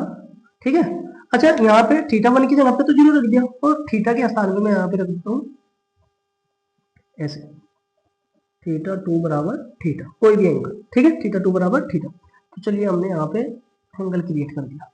Theta one हम लोगों ने कहाँ से स्टार्टिंग की थी, जीरो से। थीटा वन बराबर की थीटा वन के स्थान पे मैंने जीरो पुट करा तो आ गया one minus cos theta. Theta two के स्थान पे हम लोगों ने यहाँ थीटा रखा है। ठीक है, थीटा टू बराबर थीटा, कोई भी थीटा हो सकता है। थीटा बराबर आप 0 डिग्री ले सकते हैं, 90 डिग्री ले सकते हैं, कुछ भी ले सकते हैं। ठीक, तो मैं आपको यहाँ पे रख के दिखाता हूँ विशेष स्थितियां। विशेष स्थितियां, पहली स्थिति, यदि थीटा बराबर 0 डिग्री, यदि थीटा बराबर 0 डिग्री हो यहाँ पे। ठीक है, यहाँ हम लोग चले ही ना, जीरो का मतलब क्या है, यहाँ ऐसे रखा है और हम लोग चले ही ना, तो क्या होगा, तो फिर हमारा कार्य होगा डब्ल्यू बराबर PE one cos theta. Cos theta, यहाँ थीटा की जगह रखूंगा जीरो, जीरो पे कोस थीटा क्या होता है, जीरो की वैल्यू होती है, मैंने यहाँ पे लिखी हुई है अभी, कोस थीटा बराबर कोस जीरो बराबर वन। कोस जीरो की वैल्यू कितनी होती है, वन। जब मैंने यहाँ कोस वन की वैल्यू जीरो पुट करी थी तो वन आया था। ठीक है, अब मैं कोस थीटा, जहां थीटा रखा है वहां पे अगर मैं जीरो रख दूंगा कोस थीटा की जगह पे, तो जीरो रखने के बाद क्या आ जाएगा, वन। वन माइनस वन हो जाएगा यहाँ पे, one minus one, one minus one क्या होगा, जीरो। और जीरो की मल्टीप्लाई बाहर करूंगा तो क्या आ जाएगा, जीरो। तो ये पूरा का पूरा क्या हो जाएगा, जीरो। यदि हम लोग विद्युत विद्युत को घुमाते ही नहीं है, ठीक है, घुमाए ना घुमाए, यहाँ के यहीं रखे रहने दे, जीरो पर ही रखे रहने दे, तो हमें कार्य भी जीरो करना पड़ेगा। जब हमने छेड़ा ही नहीं कुछ तो कार्य क्या, कुछ भी। चलो दूसरी कंडीशन, यदि थीटा बराबर 90 डिग्री, यदि हम लोग इसमें थीटा के स्थान पे यहाँ पर 90 डिग्री पुट कर दे तो कोस 90 पे क्या होता है कोस 90 डिग्री पे होता है जीरो। ठीक है, कोस 90 डिग्री बराबर होता है जीरो, तो यहाँ पे क्या आ जाएगा, जीरो। अब वन में से जीरो माइनस करेंगे तो क्या बचेगा, वन एग्जिस्ट बचेगा। वन की मल्टीप्लाई इसमें करेंगे तो क्या आएगा, ईपी, तो यहाँ हो जाएगा डब्ल्यू बराबर ईपी या पीई। ठीक है, ये आ जाएगा। अब इसके बाद तीसरी कंडीशन क्या है, तीसरी कंडीशन आती है यदि थीटा बराबर 180, 180। ठीक है, तो मैं आपको बता दूं कोस 180 बराबर होता है माइनस वन। ठीक है, अगर आप लोग यहाँ पर थीटा की जगह पे माइनस का 180 रखोगे, ठीक है, वो सॉरी 180 एंगल तक घुमाओगे इसको, यहाँ पहले ऐसे करोगे तो हमें कार्य करना पड़ेगा ईपी। ठीक है, और यदि इसको ऐसे घुमा के ऐसे रखोगे, ठीक है, तो कार्य क्या होगा, पहले तो ये हो गया, फिर इतना ही और करना पड़ेगा, तो डबल कार्य हो गया। ठीक है, और एंगल कितना हो गया, यहाँ जीरो से लेते ये ऐसे घुमा दिया तो 180 डिग्री। ठीक है, तो यहाँ जब कोस थीटा के स्थान पर आप लोग 180 रखोगे तो कोस 180 की वैल्यू क्या होती है, ठीक है, मैंने यहाँ पे लिखी है देखो माइनस वन। अब यहाँ पे आ जाएगा माइनस वन, माइनस वन जब आप लोग यहाँ पुट करोगे माइनस वन और माइनस क्या हो जाएगा प्लस, और प्लस वन क्या हो जाएगा, वन। देखिए ऐसे, चलिए मैं लिख के देता हूँ यहाँ पे डब्ल्यू बराबर ई पी या पी ई, जैसे भी आपको अच्छा लगे, वन माइनस कोस 180, कोस 180 की वैल्यू डब्ल्यू बराबर E P one minus one. ऐसे मैं एक बार फ्रेम में चेक करूंगा आ गया, हाँ अभी तक तो दिख रहा, इसके आगे का वैसे दिखने का नहीं। ठीक है, चलो मैं यहाँ पे लिखूँ, अब ये चेक करो माइनस वन क्या हो जाएगा, माइनस वन माइनस की बाहर मल्टीप्लाई करूंगा तो क्या हो जाएगा प्लस का, तो ये बनेगा, मैं यहाँ लिख दूँ इसको। ठीक है, आप लोग नोट कर लीजिए डब्ल्यू बराबर E P one plus one, ये बन जाएगा। ठीक है, और वन प्लस वन क्या हो जाएगा, टू, और डब्ल्यू बराबर आएगा टू ई पी या डब्ल्यू बराबर टू पी ई। आज थोड़ा माइंड सेट नहीं है ना, तो इसलिए कहीं ई पी हो रहा कहीं पी ई हो रहा, आप लोग अपने हिसाब से इसको ठीक कर लीजिएगा। ठीक है, तो ये हो गया यहाँ पे, तो आशा है आप लोगों को ये सब समझ में आया होगा। ठीक है, यहाँ पर तो ये जो वैद्युत द्विध्रुव को वैद्युत क्षेत्र के अंदर घुमाया जाता है, तो उसको घुमाने के लिए इतना कार्य करना पड़ता है। ठीक है, W बराबर P E one minus cos theta. अब थीटा के स्थान पर आप लोग यहाँ कुछ भी रख सकते हैं, 90 डिग्री तक घुमा सकते हैं। 45 डिग्री तक भी घुमा सकते हैं, ठीक है, 90 डिग्री तक घुमा सकते हैं, 180 डिग्री तक भी घुमा सकते हैं, जितना आप चाहे उतना यहाँ पर थीटा की वैल्यू रख करके कार्य निकाल सकते हैं, ठीक है। तो आप लोग इसका स्क्रीन छोड़ दीजिए, फिर इससे आगे का कार्य करते हैं।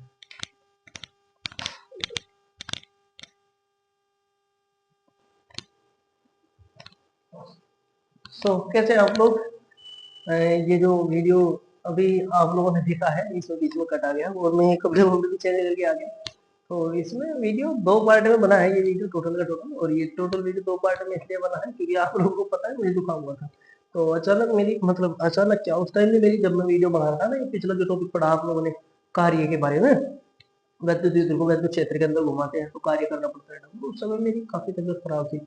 तो उसके बाद मैं थोड़ी देर के लिए लेट गया और मुझे नींद आ गई, ठीक है। फिर उसके बाद बुखार, तेज बुखार हो रहा था जब मैं उठा, तो कई सारी प्रॉब्लम हो रही थी, फिर खांसी खांसी तो बहुत ज्यादा बढ़ गई थी और तबीयत बिगड़ती चली गई। तो अब ये वीडियो आप अभी जो फिलहाल में देख रहे हैं ये वीडियो, और जो अभी से पहले का आप लोगों ने वो गोल्डन कलर के बनियान में आपने देखा, वो 2 दिन पहले का, 2 दिन का बीच में गैप आ गया, ठीक है, ये नया टॉपिक करने के लिए।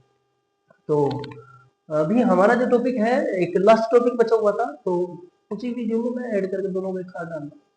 इसमें टॉपिक बचा हुआ था हमारा विद्युत क्षेत्र के अंदर विद्युत द्विध्रुव की स्थिति ऊर्जा। विद्युत क्षेत्र के अंदर विद्युत द्विध्रुव की स्थिति ऊर्जा, ठीक है। देखिए विद्युत द्विध्रुव को यदि हम विद्युत क्षेत्र के अंदर घुमाते हैं तो घुमाने के लिए जो कार्य किया जाता है वो भी विद्युत स्थिति ऊर्जा होती है, ठीक है, द्विध्रुव की स्थिति ऊर्जा होती है। और जो विद्युत द्विध्रुव को कहीं पर बाहर रखा हुआ विद्युत क्षेत्र से बाहर अगर विद्युत द्विध्रुव रखा है, उसको अगर हम विद्युत क्षेत्र के अंदर लेकर के आते हैं, तो विद्युत क्षेत्र के अंदर विद्युत द्विध्रुव को लाने के लिए जो कार्य किया जाता है वो भी विद्युत द्विध्रुव की स्थिति ऊर्जा होती है। अब आप लोग चेक कीजिए, सपोज कीजिए यहाँ पर एक विद्युत द्विध्रुव ऐसे रखा है, तो उसको कभी ना कभी तो विद्युत द्विध्रुव को विद्युत क्षेत्र के अंदर रखा ही गया है। जब उसको इसके अंदर लेकर के आए थे ना हम लोग विद्युत क्षेत्र के अंदर, जब भी हम विद्युत द्विध्रुव को रखते हैं, ठीक है, तो विद्युत क्षेत्र के अंदर जब विद्युत द्विध्रुव को लाया जाता है तो विद्युत द्विध्रुव की स्थिति ऊर्जा परिवर्तित होता है, ठीक है, विद्युत द्विध्रुव की स्थिति ऊर्जा बढ़ती है, ठीक। इसके ऊपर कार्य तो हमने कर ही दिया ना, इसको विद्युत क्षेत्र के अंदर लेके गए तो कार्य तो हो गए। और जो कार्य विद्युत द्विध्रुव को विद्युत क्षेत्र के अंदर ले जाने के लिए करना पड़ता है वो कार्य ही विद्युत द्विध्रुव की स्थिति ऊर्जा होता है। अब अगर हम विद्युत द्विध्रुव को यहाँ रखने के बाद इसको रोटेट कर दे, घुमा दे, विद्युत द्विध्रुव को घुमा दे विद्युत क्षेत्र के अंदर, तो स्थिति ऊर्जा और भी ज्यादा बढ़ जाती है, समझ गए। यानी कि विद्युत द्विध्रुव जितना काम करेगा उतनी ज्यादा उसकी स्थिति ऊर्जा होगी, ठीक है। तो चलिए इस बात को यहाँ पर समझ लेते हैं थोड़ा। एक छोटा सा चित्र है, यहाँ शायद रिफ्लेक्शन नहीं लग रहा होगा ये लाइट का, तो इसमें आपको शायद स्पष्ट दिख रहा हो। हम मान लेते हैं कोई विद्युत द्विध्रुव ए बी है, ठीक है, ए बी, और ए बी विद्युत द्विध्रुव को इस प्रकार से रखा गया है ताकि उसकी दिशा क्षेत्र विद्युत क्षेत्र के समान है। विद्युत क्षेत्र एक समान है और इसकी दिशा यहाँ इस साइड से उस साइड है, ठीक है। और विद्युत द्विध्रुव की दिशा पी, विद्युत द्विध्रुव आघूर्ण पी की दिशा हमेशा माइनस से प्लस की ओर होती है। तो देखो दोनों के दोनों विद्युत क्षेत्र भी और विद्युत द्विध्रुव आघूर्ण पी दोनों के दोनों एक ही दिशा में, विद्युत क्षेत्र की दिशा भी वही है और विद्युत द्विध्रुव आघूर्ण पी की भी दिशा वही है। तो हम लोगों को विद्युत द्विध्रुव को ऐसे लेकर के आना है विद्युत क्षेत्र के अंदर ताकि दोनों की दिशा विद्युत क्षेत्र और विद्युत द्विध्रुव की विद्युत द्विध्रुवाघूर्ण की दिशा क्या रहे, दोनों की सेम रहे, ठीक है। विद्युत द्विध्रुवाघूर्ण यानी कि पी, पी बराबर आपको पता ही होगा, पी बराबर 2, यहाँ तो शायद चमक भी ना रहा हो आपको, यहाँ लिख दो पी बराबर 2 क्यू एल, ये होता है, ठीक है। तो चलिए अब प्लस क्यू माइनस क्यू को हम लोगों ने रख दिया यहाँ पे, ठीक है। अब ये विद्युत द्विध्रुव अनंत दूरी पर रखा है, हमें नहीं पता कितनी दूरी पर रखा है, नजदीक भी रखा हुआ हो सकता है लेकिन अनंत पर लेकर के चलते हैं, ठीक। हम लोग कहेंगे कि अनंत से विद्युत द्विध्रुव को विद्युत क्षेत्र के अंदर लाने के लिए जो कार्य किया जाता है वो कार्य ही विद्युत द्विध्रुव की स्थिति ऊर्जा होता है, ठीक है। किसी विद्युत द्विध्रुव को अनंत से विद्युत क्षेत्र के अंदर लाने के लिए जो कार्य किया जाता है वो कार्य ही विद्युत द्विध्रुव की स्थिति ऊर्जा होता है, ठीक है। आगे बात समझिए। तो यहाँ विद्युत द्विध्रुव अनंत पर रखा, ये अनंत बिंदु यहाँ पे अनंत दूरी पर रखा और इस विद्युत द्विध्रुव को यहाँ तक लेकर आऊंगा मैं, और यहाँ तक लेकर आने में जो कार्य करा जाएगा वो विद्युत द्विध्रुव की स्थिति ऊर्जा कहलाएगा। आगे नॉर्मल सी बात है, ठीक है। अब विद्युत द्विध्रुव पर विद्युत क्षेत्र के कारण लगने वाले बलों के बारे में हमें गणना करनी पड़ेगी, ठीक है। चलिए माइनस क्यू पर विद्युत क्षेत्र की तीव्रता तो देखो माइनस क्यू हो चाहे प्लस क्यू हो, विद्युत क्षेत्र की तीव्रता तो उस साइड में माइनस क्यू के लिए भी और प्लस क्यू के लिए भी।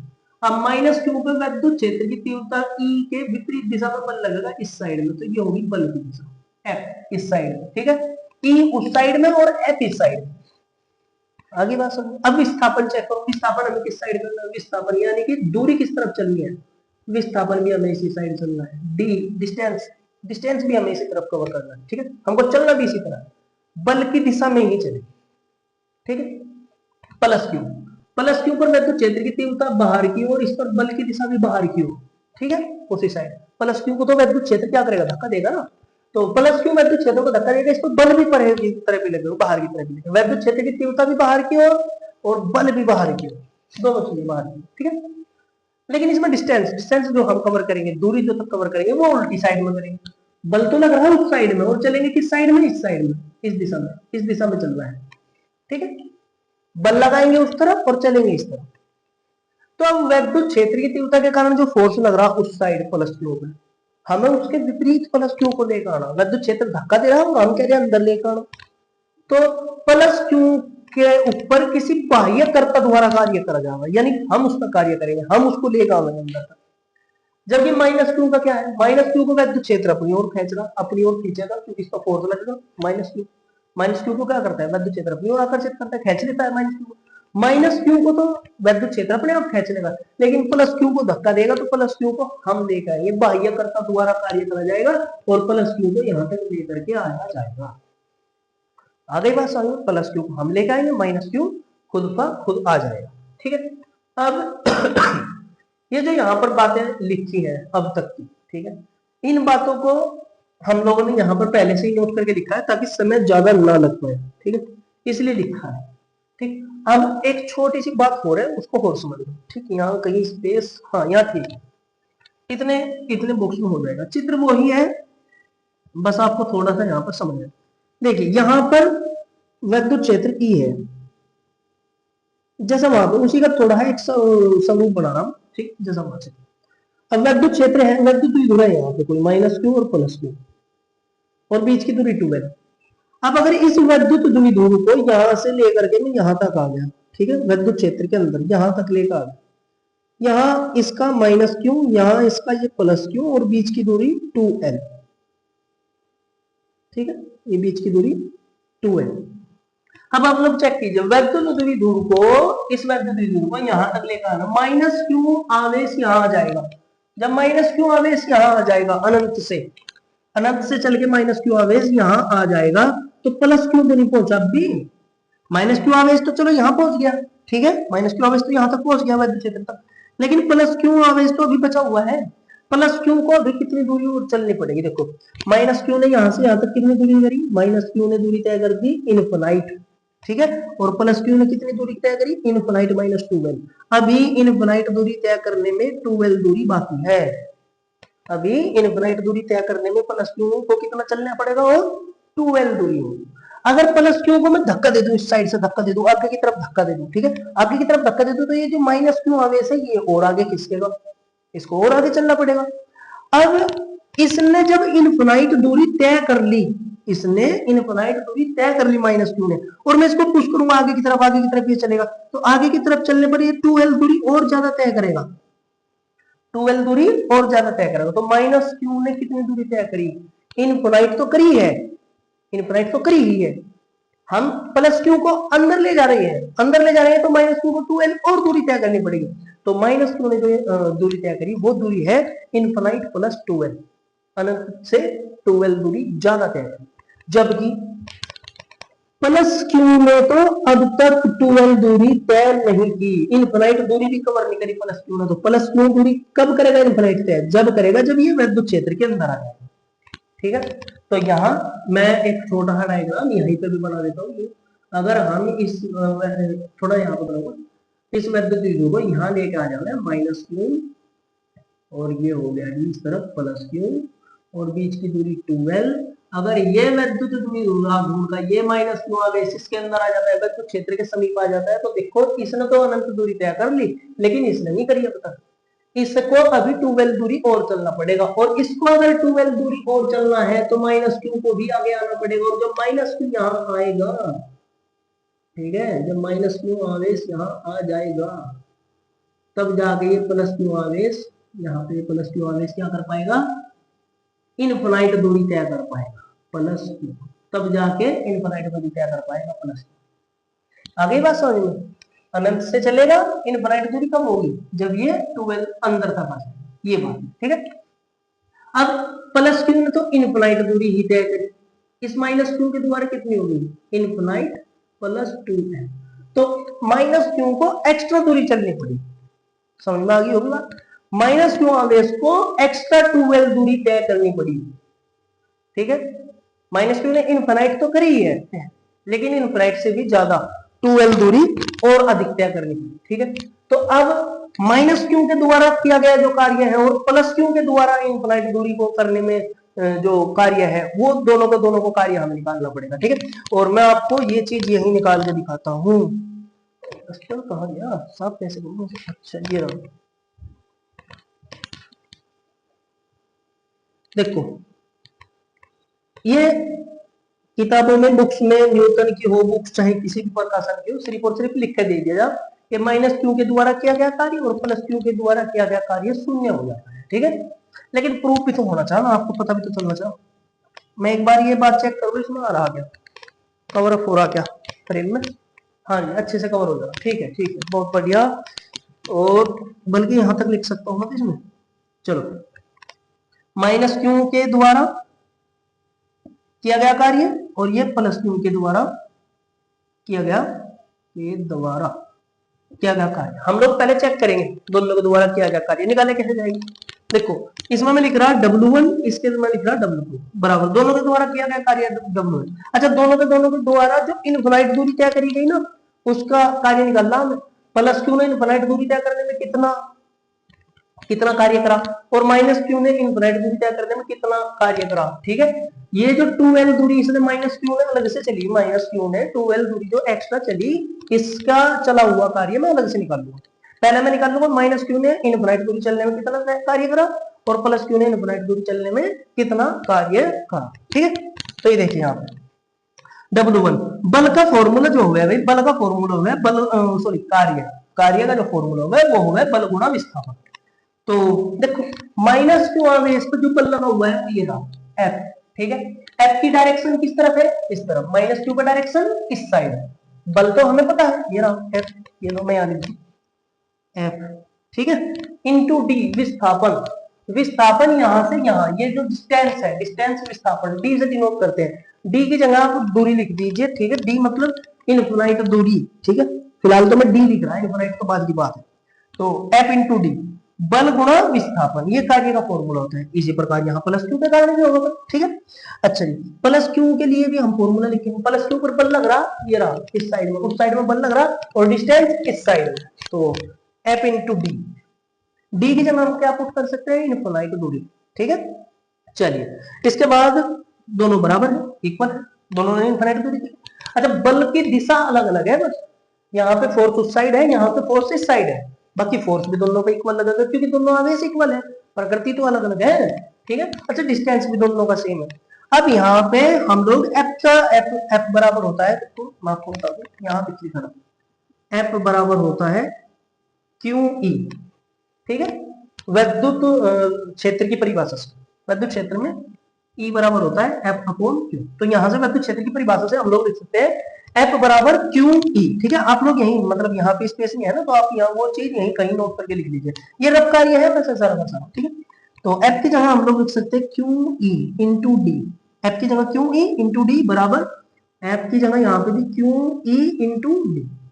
अब ये जो क्यू है, क्यू एक स्केलर क्वांटिटी है, स्केलर क्वांटिटी मतलब जिसकी कोई दिशा नहीं होती, ठीक है। आवेश 4, 5, 10, 15 कितने भी गुलाम हो सकता है, माइक्रो गुलाम हो सकता है, स्टेट गुलाम हो सकता है, लेकिन उसकी दिशा नहीं हो सकती।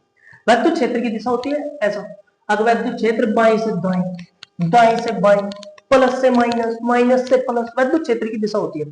तो जिसकी दिशा होती है उसके ऊपर हम लोग वेक्टर लगाते हैं, ठीक है, जिसकी दिशा उसके ऊपर वेक्टर, ये लगा दिया वेक्टर, ठीक है। अच्छा जी, यानी कि सदिश राशि है, ठीक है। अच्छा, अब इसके बाद डायरेक्शन, ये डिस्टेंस, डिस्टेंस की भी दिशा होती है भाई, डिस्टेंस की भी, विस्थापन कहें जिसे, विस्थापन की भी दिशा होती है, दूरी की दिशा नहीं होती, विस्थापन की दिशा होती है, ठीक है। विस्थापन और दूरी में फर्क होता है, आप लोग विस्थापन और दूरी का फर्क जान लीजिए। मैं तो यहाँ पे बता नहीं सकता, आपको डायरेक्ट मैं बता देता हूँ, विस्थापन और दूरी में फर्क होता है, दूरी की दिशा नहीं होती है, दूरी केवल परिणाम होता है, और विस्थापन दिशा पर निर्भर करता है। जैसे कि मैं आपको कह दूं कि पूर्व से 25 किलोमीटर, पूर्व से पश्चिम की ओर 5 किलोमीटर, तो ये विस्थापन है। और जब मैं कहूं 5 किलोमीटर दूरी तय करें, तो ये दूरी है, ठीक है। अगर मैं बता रहा, दिशा भी बता रहा कि किस ओर से किस ओर चला गया, तो वो विस्थापन है। और जो मैं बता रहा कि दूरी सिर्फ 5 किलोमीटर परिणाम है, कि 5 किलोमीटर दूरी तय करके आया मैं, तो ये परिणाम हो गया, दूरी हो गई। और जो मैं कहूँ मैं पूर्व से पश्चिम की तरफ 5 किलोमीटर चला, तो ये मेरा विस्थापन है। आगे बात समझ, ठीक।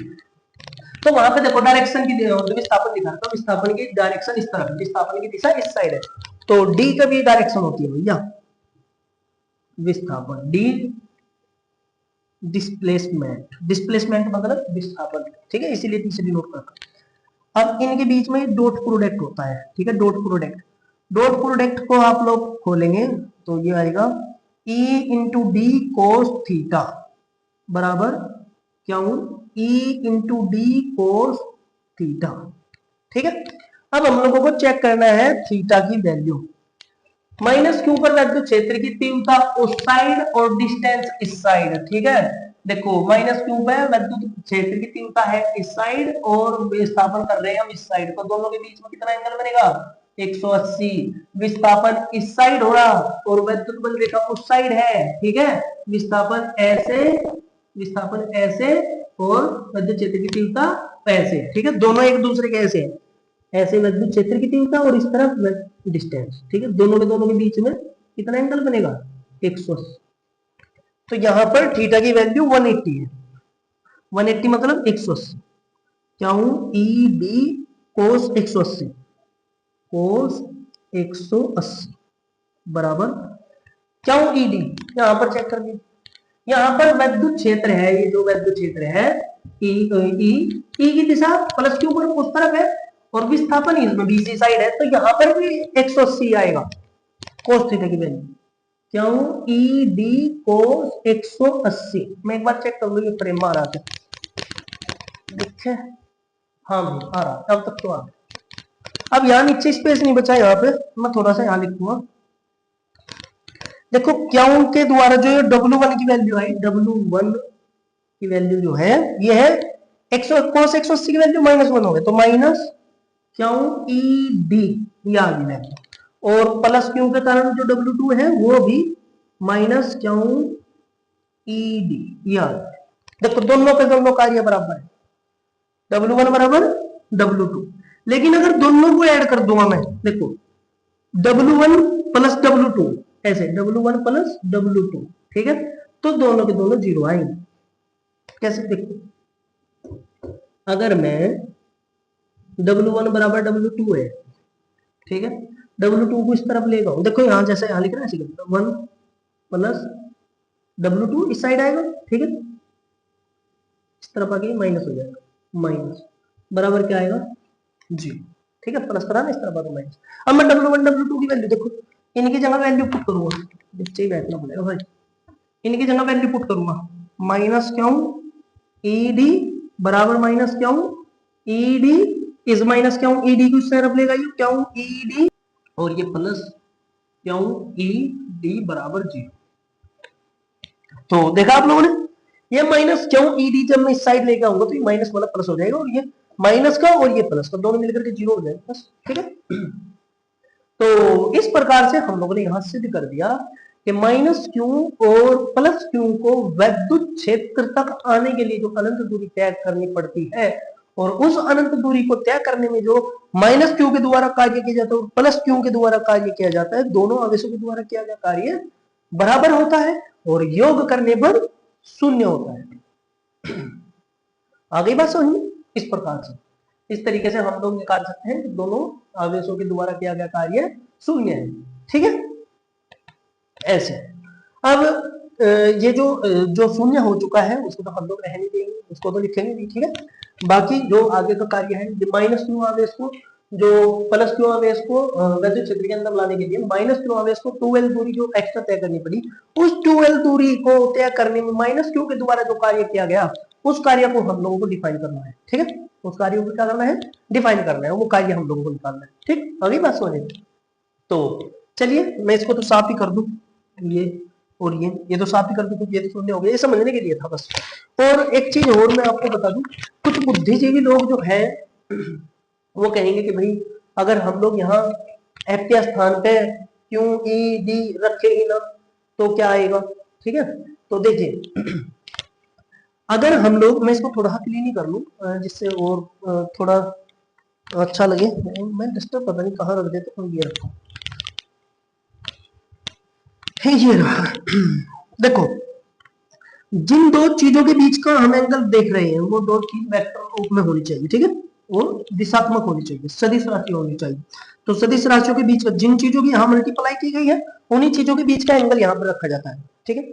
अगर मैं ई और डी की मल्टीप्लाई की है तो ई और डी के बीच का ही एंगल यहाँ पर रखा जाएगा। चलिए मैं ई डी को कैंसिल कर दूं यहाँ से। कुछ लोग ई डी तक पहुंचते ही नहीं है, ठीक है।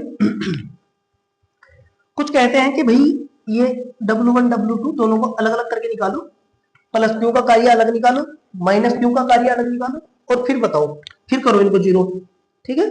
चलो इनको तब भी हम लोग जीरो कर सकते हैं भैया, देखो कैसे। अगर मैं एफ वेक्टर राशि लेके चला, एफ वेक्टर राशि होती है, डी भी वेक्टर राशि है, एफ भी वेक्टर राशि। चलिए चेक कीजिए, एफ माइनस क्यू पर लगने वाला बल इस साइड है और माइनस क्यू को लेके भी हमें इसी साइड आना है, ठीक है। तो एफ और डी के बीच का जो एंगल है वो जीरो है। Then F dot D cos theta, F dot D cos zero, और कोस जीरो पे वैल्यू होती है 1, तो एफ डी आ गया। आगे बात समझ में। अभी माइनस क्यू, यहाँ शायद रिफ्लेक्शन की वजह से आप लोगों को दिखाई नहीं दे रहा होगा, यहाँ पे ऐसे एक तीर का निशान लगाया गया है इस तरीके से, ऐसे तीर का निशान, और नीचे एफ लिखा हुआ है यहाँ पे, ठीक है। शायद रिफ्लेक्शन लगा हुआ, जैसे ये लिख रहा है ना यहाँ पे, इस तरीके से लिखा हुआ है वहां पे, ये यहाँ पे लिखा हुआ है, ठीक है।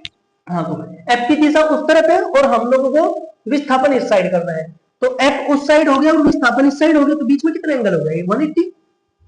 चलो यहाँ W2 F dot D cos theta, F dot D cos 180, और 180 की वैल्यू -1, देन ये हो जाएगा माइनस एफ डी, ठीक है।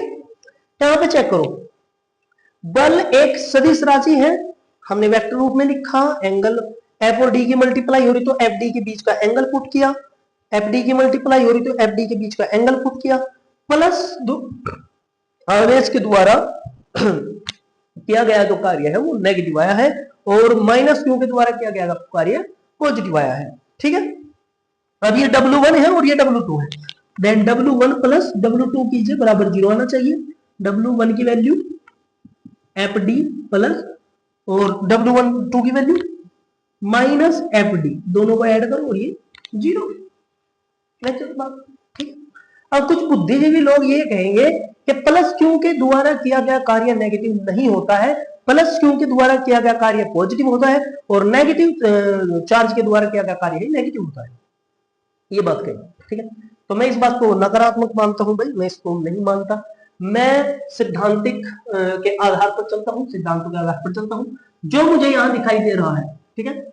एंगल डिस्प्लेसमेंट और एफ के बीच में जो एंगल मुझे दिखाई दे रहा है, मैं उसके आधार पे यहाँ डिसाइड करूंगा कि कौन नेगेटिव है और कौन पॉजिटिव है। बहुत सारे लोग क्या करते हैं कि माइनस क्यू के कारण बल लगा है, माइनस क्यू पर बल लगा है तो इसलिए यहाँ पर माइनस लगा दो, क्योंकि माइनस क्यू आवेश है, माइनस क्यू पे आवेश पे बल लग रहा है तो इसको इसके ऊपर नेगेटिव लगा दो यहाँ। ऐसे माइनस क्यू नहीं लगाया जा सकता, या एफ के स्थान पे मैं यहाँ पे, चलो एफ के स्थान पे ई क्या भी अगर रखता हूं तो कह देंगे कि माइनस क्यू आवेश है तो माइनस का चिन्ह लगा दो यहाँ पे। अगर माइनस क्यू है तो माइनस का चिन्ह लगाया जाएगा, क्यों के साथ में जो नेगेटिव चिन्ह होता है वो सिर्फ प्रकृति बताता है, ठीक है। वो परिणाम के साथ में कहीं भी माइनस क्यू को माइनस नहीं रखा जाता है, ऐसे माइनस क्यू को माइनस नहीं रखा जाता भाई माइनस का आवेश है तो माइनस लगा दो ना। यहाँ पे जो चिन्ह आएगा वो एंगल के आधार पे आएगा, ठीक है। डिस्प्लेसमेंट और बल के एंगल के आधार पर आ सकता है। डिस्प्लेसमेंट और बल विद्युत क्षेत्र के आधार एंगल के बीच में जो एंगल बनेगा, डिस्प्लेसमेंट और विद्युत क्षेत्र के बीच में जो एंगल बनेगा उसके आधार पर यहाँ माइनस लगाया जाए। ऐसा नहीं होता कि माइनस क्यू है तो यहाँ पे माइनस क्यू रखना, आवेश का केवल परिणाम रखा जाएगा, चिन्ह नहीं रखा जाएगा। आगे बात समझ, ये है बात, ठीक है। तो आवेश का कहीं पे भी विभव के फॉर्मूले में रखा जाता है, विभव के फॉर्मूले में माइनस, आवेश को माइनस के साथ रखा जाता है, क्योंकि विभव जो है, विद्युत विभव जो है तो कोई दिशा नहीं होती, विभव की कोई दिशा नहीं होती, वो स्केलर क्वांटिटी है, ठीक है, वो स्केलर क्वांटिटी।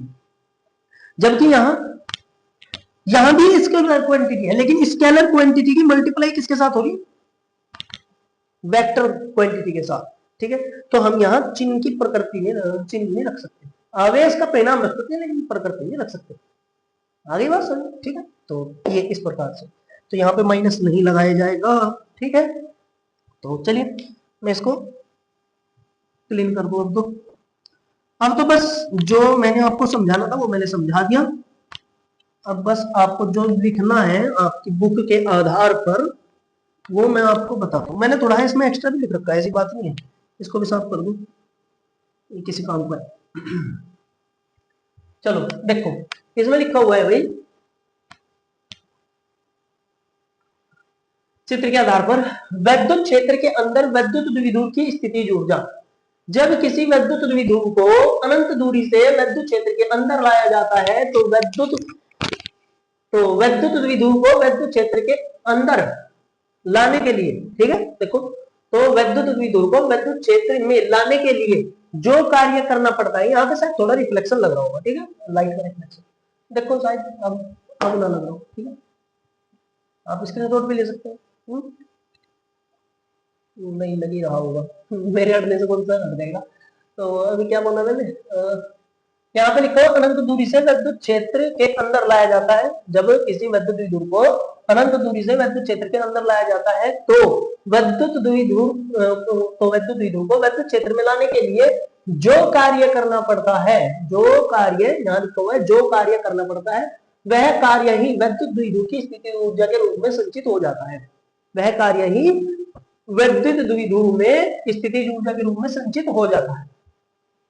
आगे लिखा गया है, माना कोई एक समान विद्युत क्षेत्र ई वेक्टर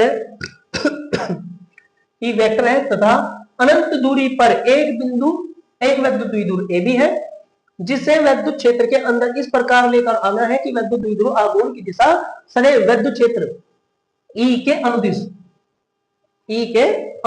हो। यानी कि कहा गया कि विद्युत क्षेत्र ई की दिशा और विद्युत द्विध्रुव आघूर्ण पी की दिशा एक ही हो, ठीक है, एक ही हो, कहा गया ये अनुदिश हो।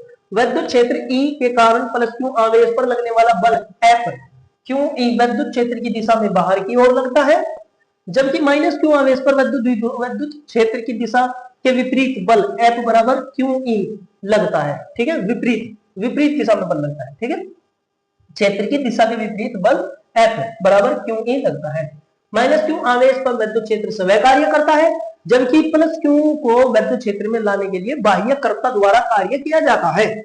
प्लस क्यू को तो विद्युत क्षेत्र बाहर धक्का दे रहा है ना, तो उसको तो हम लेके आएंगे, तो हमारे द्वारा कार्य किया जाएगा, बाह्य कर्ता यानी कि हम, ठीक है, बाह्य कर्ता द्वारा कार्य किया जाता है।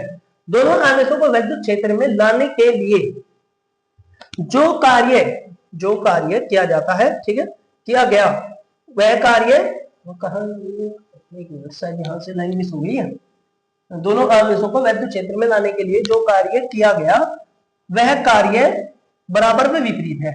दोनों आवेशों को विद्युत क्षेत्र के अंदर लाने के लिए जो कार्य किया गया वह कार्य बराबर में विपरीत है। अतः दोनों आवेशों के द्वारा किया गया कुल कार्य शून्य होगा, क्योंकि दोनों के द्वारा किया गया कार्य कैसा है, बराबर में विपरीत, एक सीधी दिशा में है, एक उल्टी दिशा में है, ठीक है, एक पर हमने कार्य किया है सीधा और उल्टा, यही मान लीजिए, एक पर समय विद्युत क्षेत्र कार्य कर रहा है और एक पर हमें कार्य करना पड़ता है, विद्युत क्षेत्र के विरुद्ध, तो हमने उल्टा कार्य किया, जो बाह्य कर्ता द्वारा कार्य किया गया वो विद्युत क्षेत्र के विपरीत कार्य किया गया, उस कार्य को उल्टा कहा जाएगा।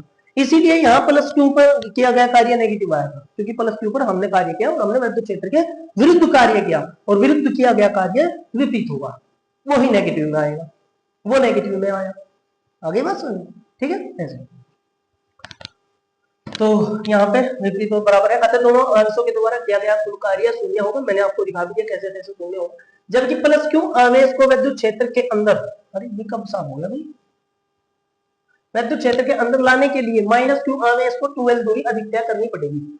जबकि प्लस क्यू आवेश को विद्युत क्षेत्र के अंदर लाने के लिए माइनस क्यू आवेश को 2L दूरी अधिक तय करनी पड़ेगी। अतः माइनस क्यू द्वारा 2L दूरी तय करने में किया गया कार्य, अब माइनस क्यू के द्वारा 2L दूरी तय करने में जो कार्य किया गया, जो एक्स्ट्रा दूरी इसमें चली थी, उसका कार्य निकालेंगे कि 2L दूरी तय करने में माइनस क्यू को कितना कार्य करना पड़ेगा। तो यहाँ पे लिखा गया 2L दूरी तय करने में किया गया कार्य W बराबर माइनस क्यू पर कार्यरत बल गुणा विस्थापन। विस्थापन यहाँ T लिखा है और D के स्थान पर हम लोग 2L लिख सकते हैं, ठीक है। 2L दूरी इसने चला ना, तो इसलिए अब यहाँ देखिए W माइनस क्यू पर लगने वाला बल F, ठीक है, इंटू में विस्थापन D, ठीक है।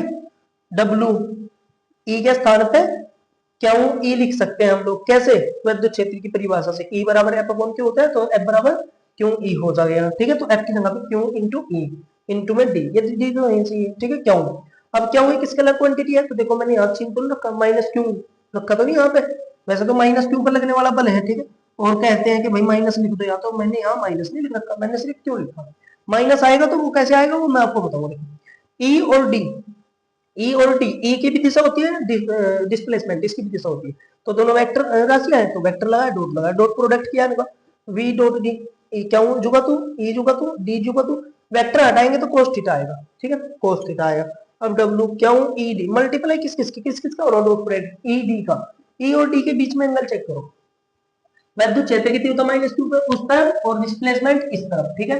विद्युत क्षेत्र की तीव्रता उस तरफ और डिस्प्लेसमेंट इस तरफ, तो दोनों के बीच में 180 का एंगल है, cos थीटा बराबर 180, ठीक है।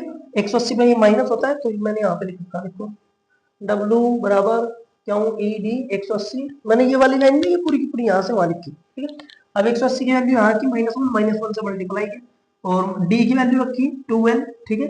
2L की मल्टीप्लाई 2QL में करी तो ये P हुआ, ठीक है। 2QLP होता है और माइनस होगा तो डी, ठीक। इस प्रकार से ये अब आगे लिखा गया, यह कार्य ही विद्युत द्विध्रुव की स्थिति, विद्युत द्विध्रुव में स्थिति ऊर्जा के रूप में संचित होता है, अर्थात U0 बराबर W, U0 बराबर माइनस का PE, ठीक है, माइनस का P, ये विद्युत स्थिति ऊर्जा है। और ये जीरो जो यहाँ पर लिखा हुआ है, जीरो, जीरो का मतलब है कि विद्युत क्षेत्र और विद्युत द्विध्रुव आघूर्ण P, इनके बीच में कोई भी एंगल नहीं है और एंगल जीरो है, ठीक है। एंगल क्या है इनके बीच में, जीरो है, ये बात यहाँ पर लिखी है, इसीलिए ये जीरो लिखा है, ठीक है। अगर हम इसे विद्युत द्विध्रुव को घुमा देंगे, इसके विद्युत क्षेत्र के अंदर ला करके घुमाएंगे, तो घुमाने के लिए जो कार्य करना पड़ेगा, घुमाने के लिए भी कार्य करना पड़ेगा, तो विद्युत स्थिति ऊर्जा बढ़ जाएगी, ठीक है। अब आप लोग इसका स्क्रीनशॉट लीजिए, फिर मैं आपको इसको घुमा के दिखाता हूँ कि घुमाने के बाद इसकी स्थिति ऊर्जा में कितना परिवर्तन होगा और कितनी बढ़ेगी, ठीक है। आप लोग जल्दी से इसका स्क्रीनशॉट लीजिए। अगर आपको कुछ नजर ना आ रहा हो, पहले तो बात सब कुछ नजर आ रहा हो, बस नजर ना आने वाली चीज एक ही होगा, क्योंकि यहाँ रिफ्लेक्शन लग रहा होगा, ठीक है। आप लोग देख लीजिए ध्यान से, अभी मतलब ऐसे देख लीजिए, अब दिख रहा होगा, यहाँ ई है, क्यू है, एफ है, ए है, ठीक है ऐसे। तो यहाँ विद्युत क्षेत्र में के अंदर ऐसा कीजिए, आप लोग पहले इसका स्क्रीनशॉट लीजिए, मैं बराबर में इसका भी स्क्रीनशॉट दूंगा आपको, ठीक है, अलग से अच्छे से, चलिए लीजिए।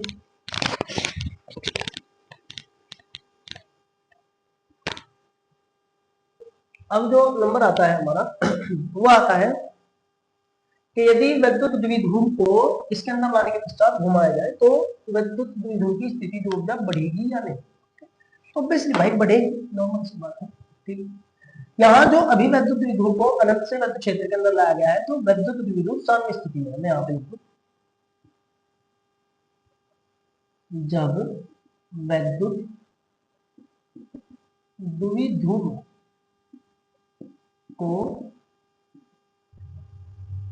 अनंत से विद्युत क्षेत्र के अंदर लाते हैं तो विद्युत द्विध्रुव द्विध्रुव साम्य साम्य या संतुलित संतुलित अवस्था में होता है। अब यदि वैद्युत द्विध्रुव को साम्य समय बढ़िया भैया साम्य स्थिति से थीटा कोण तक घुमाया जाए तो वैद्युत द्विध्रुव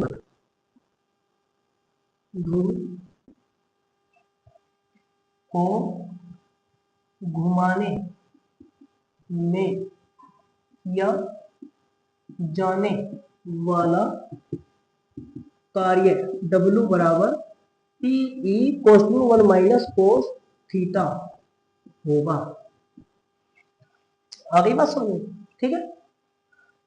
PE 1 माइनस कोस थीटा होगा।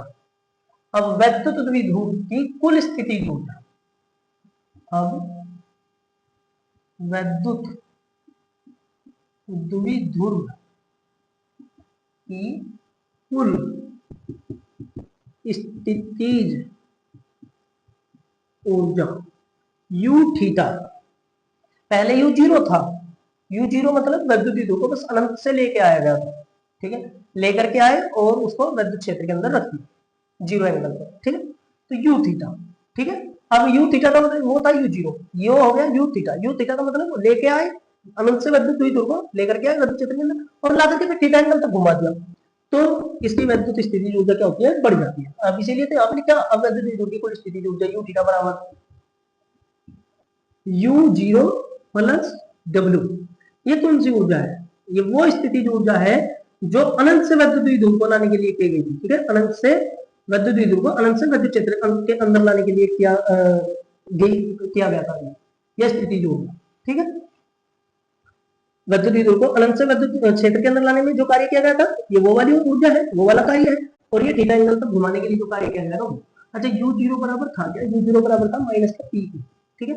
चलो U theta equal to minus PE plus PE, इसकी वैल्यू पुट करा यहाँ पर 1 minus cos theta, U theta equal to PE common ले लो यहाँ पर, अंदर बचेगा माइनस का 1, PE यहाँ से भी कॉमन आ जाएगा तो प्लस यहाँ पे बचेगा 1 minus cos theta, minus plus ये कैंसिल हो गया, माइनस का ये बचा, U theta equal to minus PE cos theta, ये आ गया, ये हमारी कुल स्थिति ऊर्जा है, ठीक है। अब आप लोग यदि चार विशेष स्थिति होगी, यदि थीटा बराबर 0 साम्य स्थिति में रखिए, वैद्युत द्विध्रुव को साम्य स्थिति में रखिए, मैं यहाँ पे लिख दूं वैद्युत द्विध्रुव को साम्य स्थिति में रखें तो थीटा बराबर होगा 0, तो थीटा बराबर 0, U थीटा U0, यहाँ थीटा क्या 0 रखो बस, 0 बराबर माइनस PE cos 0, जब cos 0 होगा तो U0 बराबर cos 0 पे वैल्यू होती है 1, तो ये हो जाएगा माइनस का PE। ये तो होगी फर्स्ट कंडीशन। दूसरी कंडीशन, वैद्युत द्विध्रुव को 90 डिग्री तक घुमा देंगे लंबवत रखने पर, वैद्युत द्विध्रुव के वैद्युत क्षेत्र के लंबवत घुमाने पर, ठीक है। वैद्युत द्विध्रुव को वैद्युत द्विध्रुव को वैद्युत क्षेत्र के लंबवत घुमाने पर, ठीक है, लंबवत अर्थात तो थीटा बराबर 90 डिग्री, जब थीटा बराबर 90 तो यहाँ थीटा की जगह पे क्या आ गया 90 बराबर माइनस का PE cos 90 डिग्री, ठीक है। cos 90 डिग्री तक अगर हम लोग घुमाएंगे cos 90 पे होता है 0, ठीक है, तो 90 इक्वल टू आ जाएगा 0 वर्क करना पड़ेगा, ठीक है। चलिए जी, स्थिति ऊर्जा 0 हो जाएगी यहाँ, ठीक है, cos 90। अब इसके बाद तीसरी कंडीशन, वहां पे स्पेस नहीं, यहाँ पे लिखिए तीसरी कंडीशन, यदि वैद्युत द्विध्रुव को वैद्युत क्षेत्र की दिशा के विपरीत करना हो, ठीक है, तो क्या करेंगे, यदि वैद्युत द्विध्रुव आघूर्ण P की दिशा E वेक्टर की दिशा के विपरीत करना है तो थीटा बराबर 180। तो U 180 बराबर माइनस का PE कोस 180, यहाँ 80 यहाँ 180, ठीक है, ये होगा। तो 180 is equal to minus PE, इसकी वैल्यू माइनस हो जाएगी, माइनस माइनस हो जाएगा प्लस, पॉजिटिव पीई, ये कार्य करना पड़ेगा, ठीक। तो इस प्रकार से हम लोग अलग अलग एंगलों पर अगर विद्युत द्विध्रुव को विद्युत क्षेत्र के अंदर घुमाएंगे, विद्युत द्विध्रुव को विद्युत क्षेत्र के अंदर घुमाएंगे तो हमें अलग अलग कार्य करना पड़ेगा। अगर हम लोग 0 एंगल तक घुमाते हैं तो माइनस का पी कार्य करना पड़ेगा, 90 डिग्री तक घुमाते हैं तो कोई कार्य नहीं करना पड़ेगा, जीरो हो जाएगा कार्य पॉजिटिव नेगेटिव मिलकर के, ठीक है। और यदि हम लोग 180 एंगल तक घुमाते हैं तो हमें पीई कार्य करना पड़ेगा। आगे बात समझ, ठीक है। ये हमारे द्वारा अलग अलग एंगल पर घुमाने के लिए कार्य किया गया, इसमें स्थिति भी आ गई, ठीक है। और ये विद्युत द्विध्रुव को विद्युत क्षेत्र के अंदर लेकर के आए और सब में स्थिति में लेकर के आए, और लेकर के आने के बाद अगर थीटा एंगल तक घुमाते हैं तो जो कार्य किया जाएगा वो इसमें लिखा गया है, ठीक है। तो आशा है आप लोगों को ये सारा का सारा जो हमने समझाया है वो आपको अच्छे से समझ में आ चुका होगा। और अगर आपको ये समझ में आ चुका है तो आप लोग इसका बार बार प्रैक्टिस कीजिए। वीडियो थोड़ा लेंथी है और टॉपिक भी थोड़ा हार्ड सा था, ठीक। तो कोई बात नहीं, आप लोग इसकी प्रैक्टिस कीजिए। आपको अगर ये वीडियो अच्छा लगा है तो आप अपने दोस्तों को शेयर कीजिए और चैनल को सब्सक्राइब कीजिए और बने रहिए हमारे साथ, यूं ही हम धीरे धीरे करके पूरी फिजिक्स को इसी चैनल पर समाप्त करेंगे, ठीक है। और इस चैप्टर के लगभग सभी टॉपिक समाप्त हो चुके हैं और चैप्टर ये हमारा कंप्लीट हो चुका है। अब अगला जो वीडियो होगा वो नोमेरिकल्स का होगा, ठीक है। और नोमेरिकल हम ऐसे करेंगे कि बस शॉर्टकट तरीके से, ठीक है, क्योंकि हम शॉर्टकट मेथड में ही नोमेरिकल को करते हैं, ठीक है। और इसमें न्यूटन की बुक है तो बहुत सारे नोमेरिकल हम लोगों को दिए जाते हैं, तो हम उसमें शॉर्टकट तरीके से नोमेरिकल करते हैं, ठीक है। तो धन्यवाद आप लोगों का हमारे वीडियो देखने के लिए और बने रहिए हमारे साथ यूं ही इसी चैनल पर, ठीक है। बहुत बहुत धन्यवाद आपका हमारा ये वीडियो देखने के लिए। स्क्रीन शॉट लीजिए। Bye bye.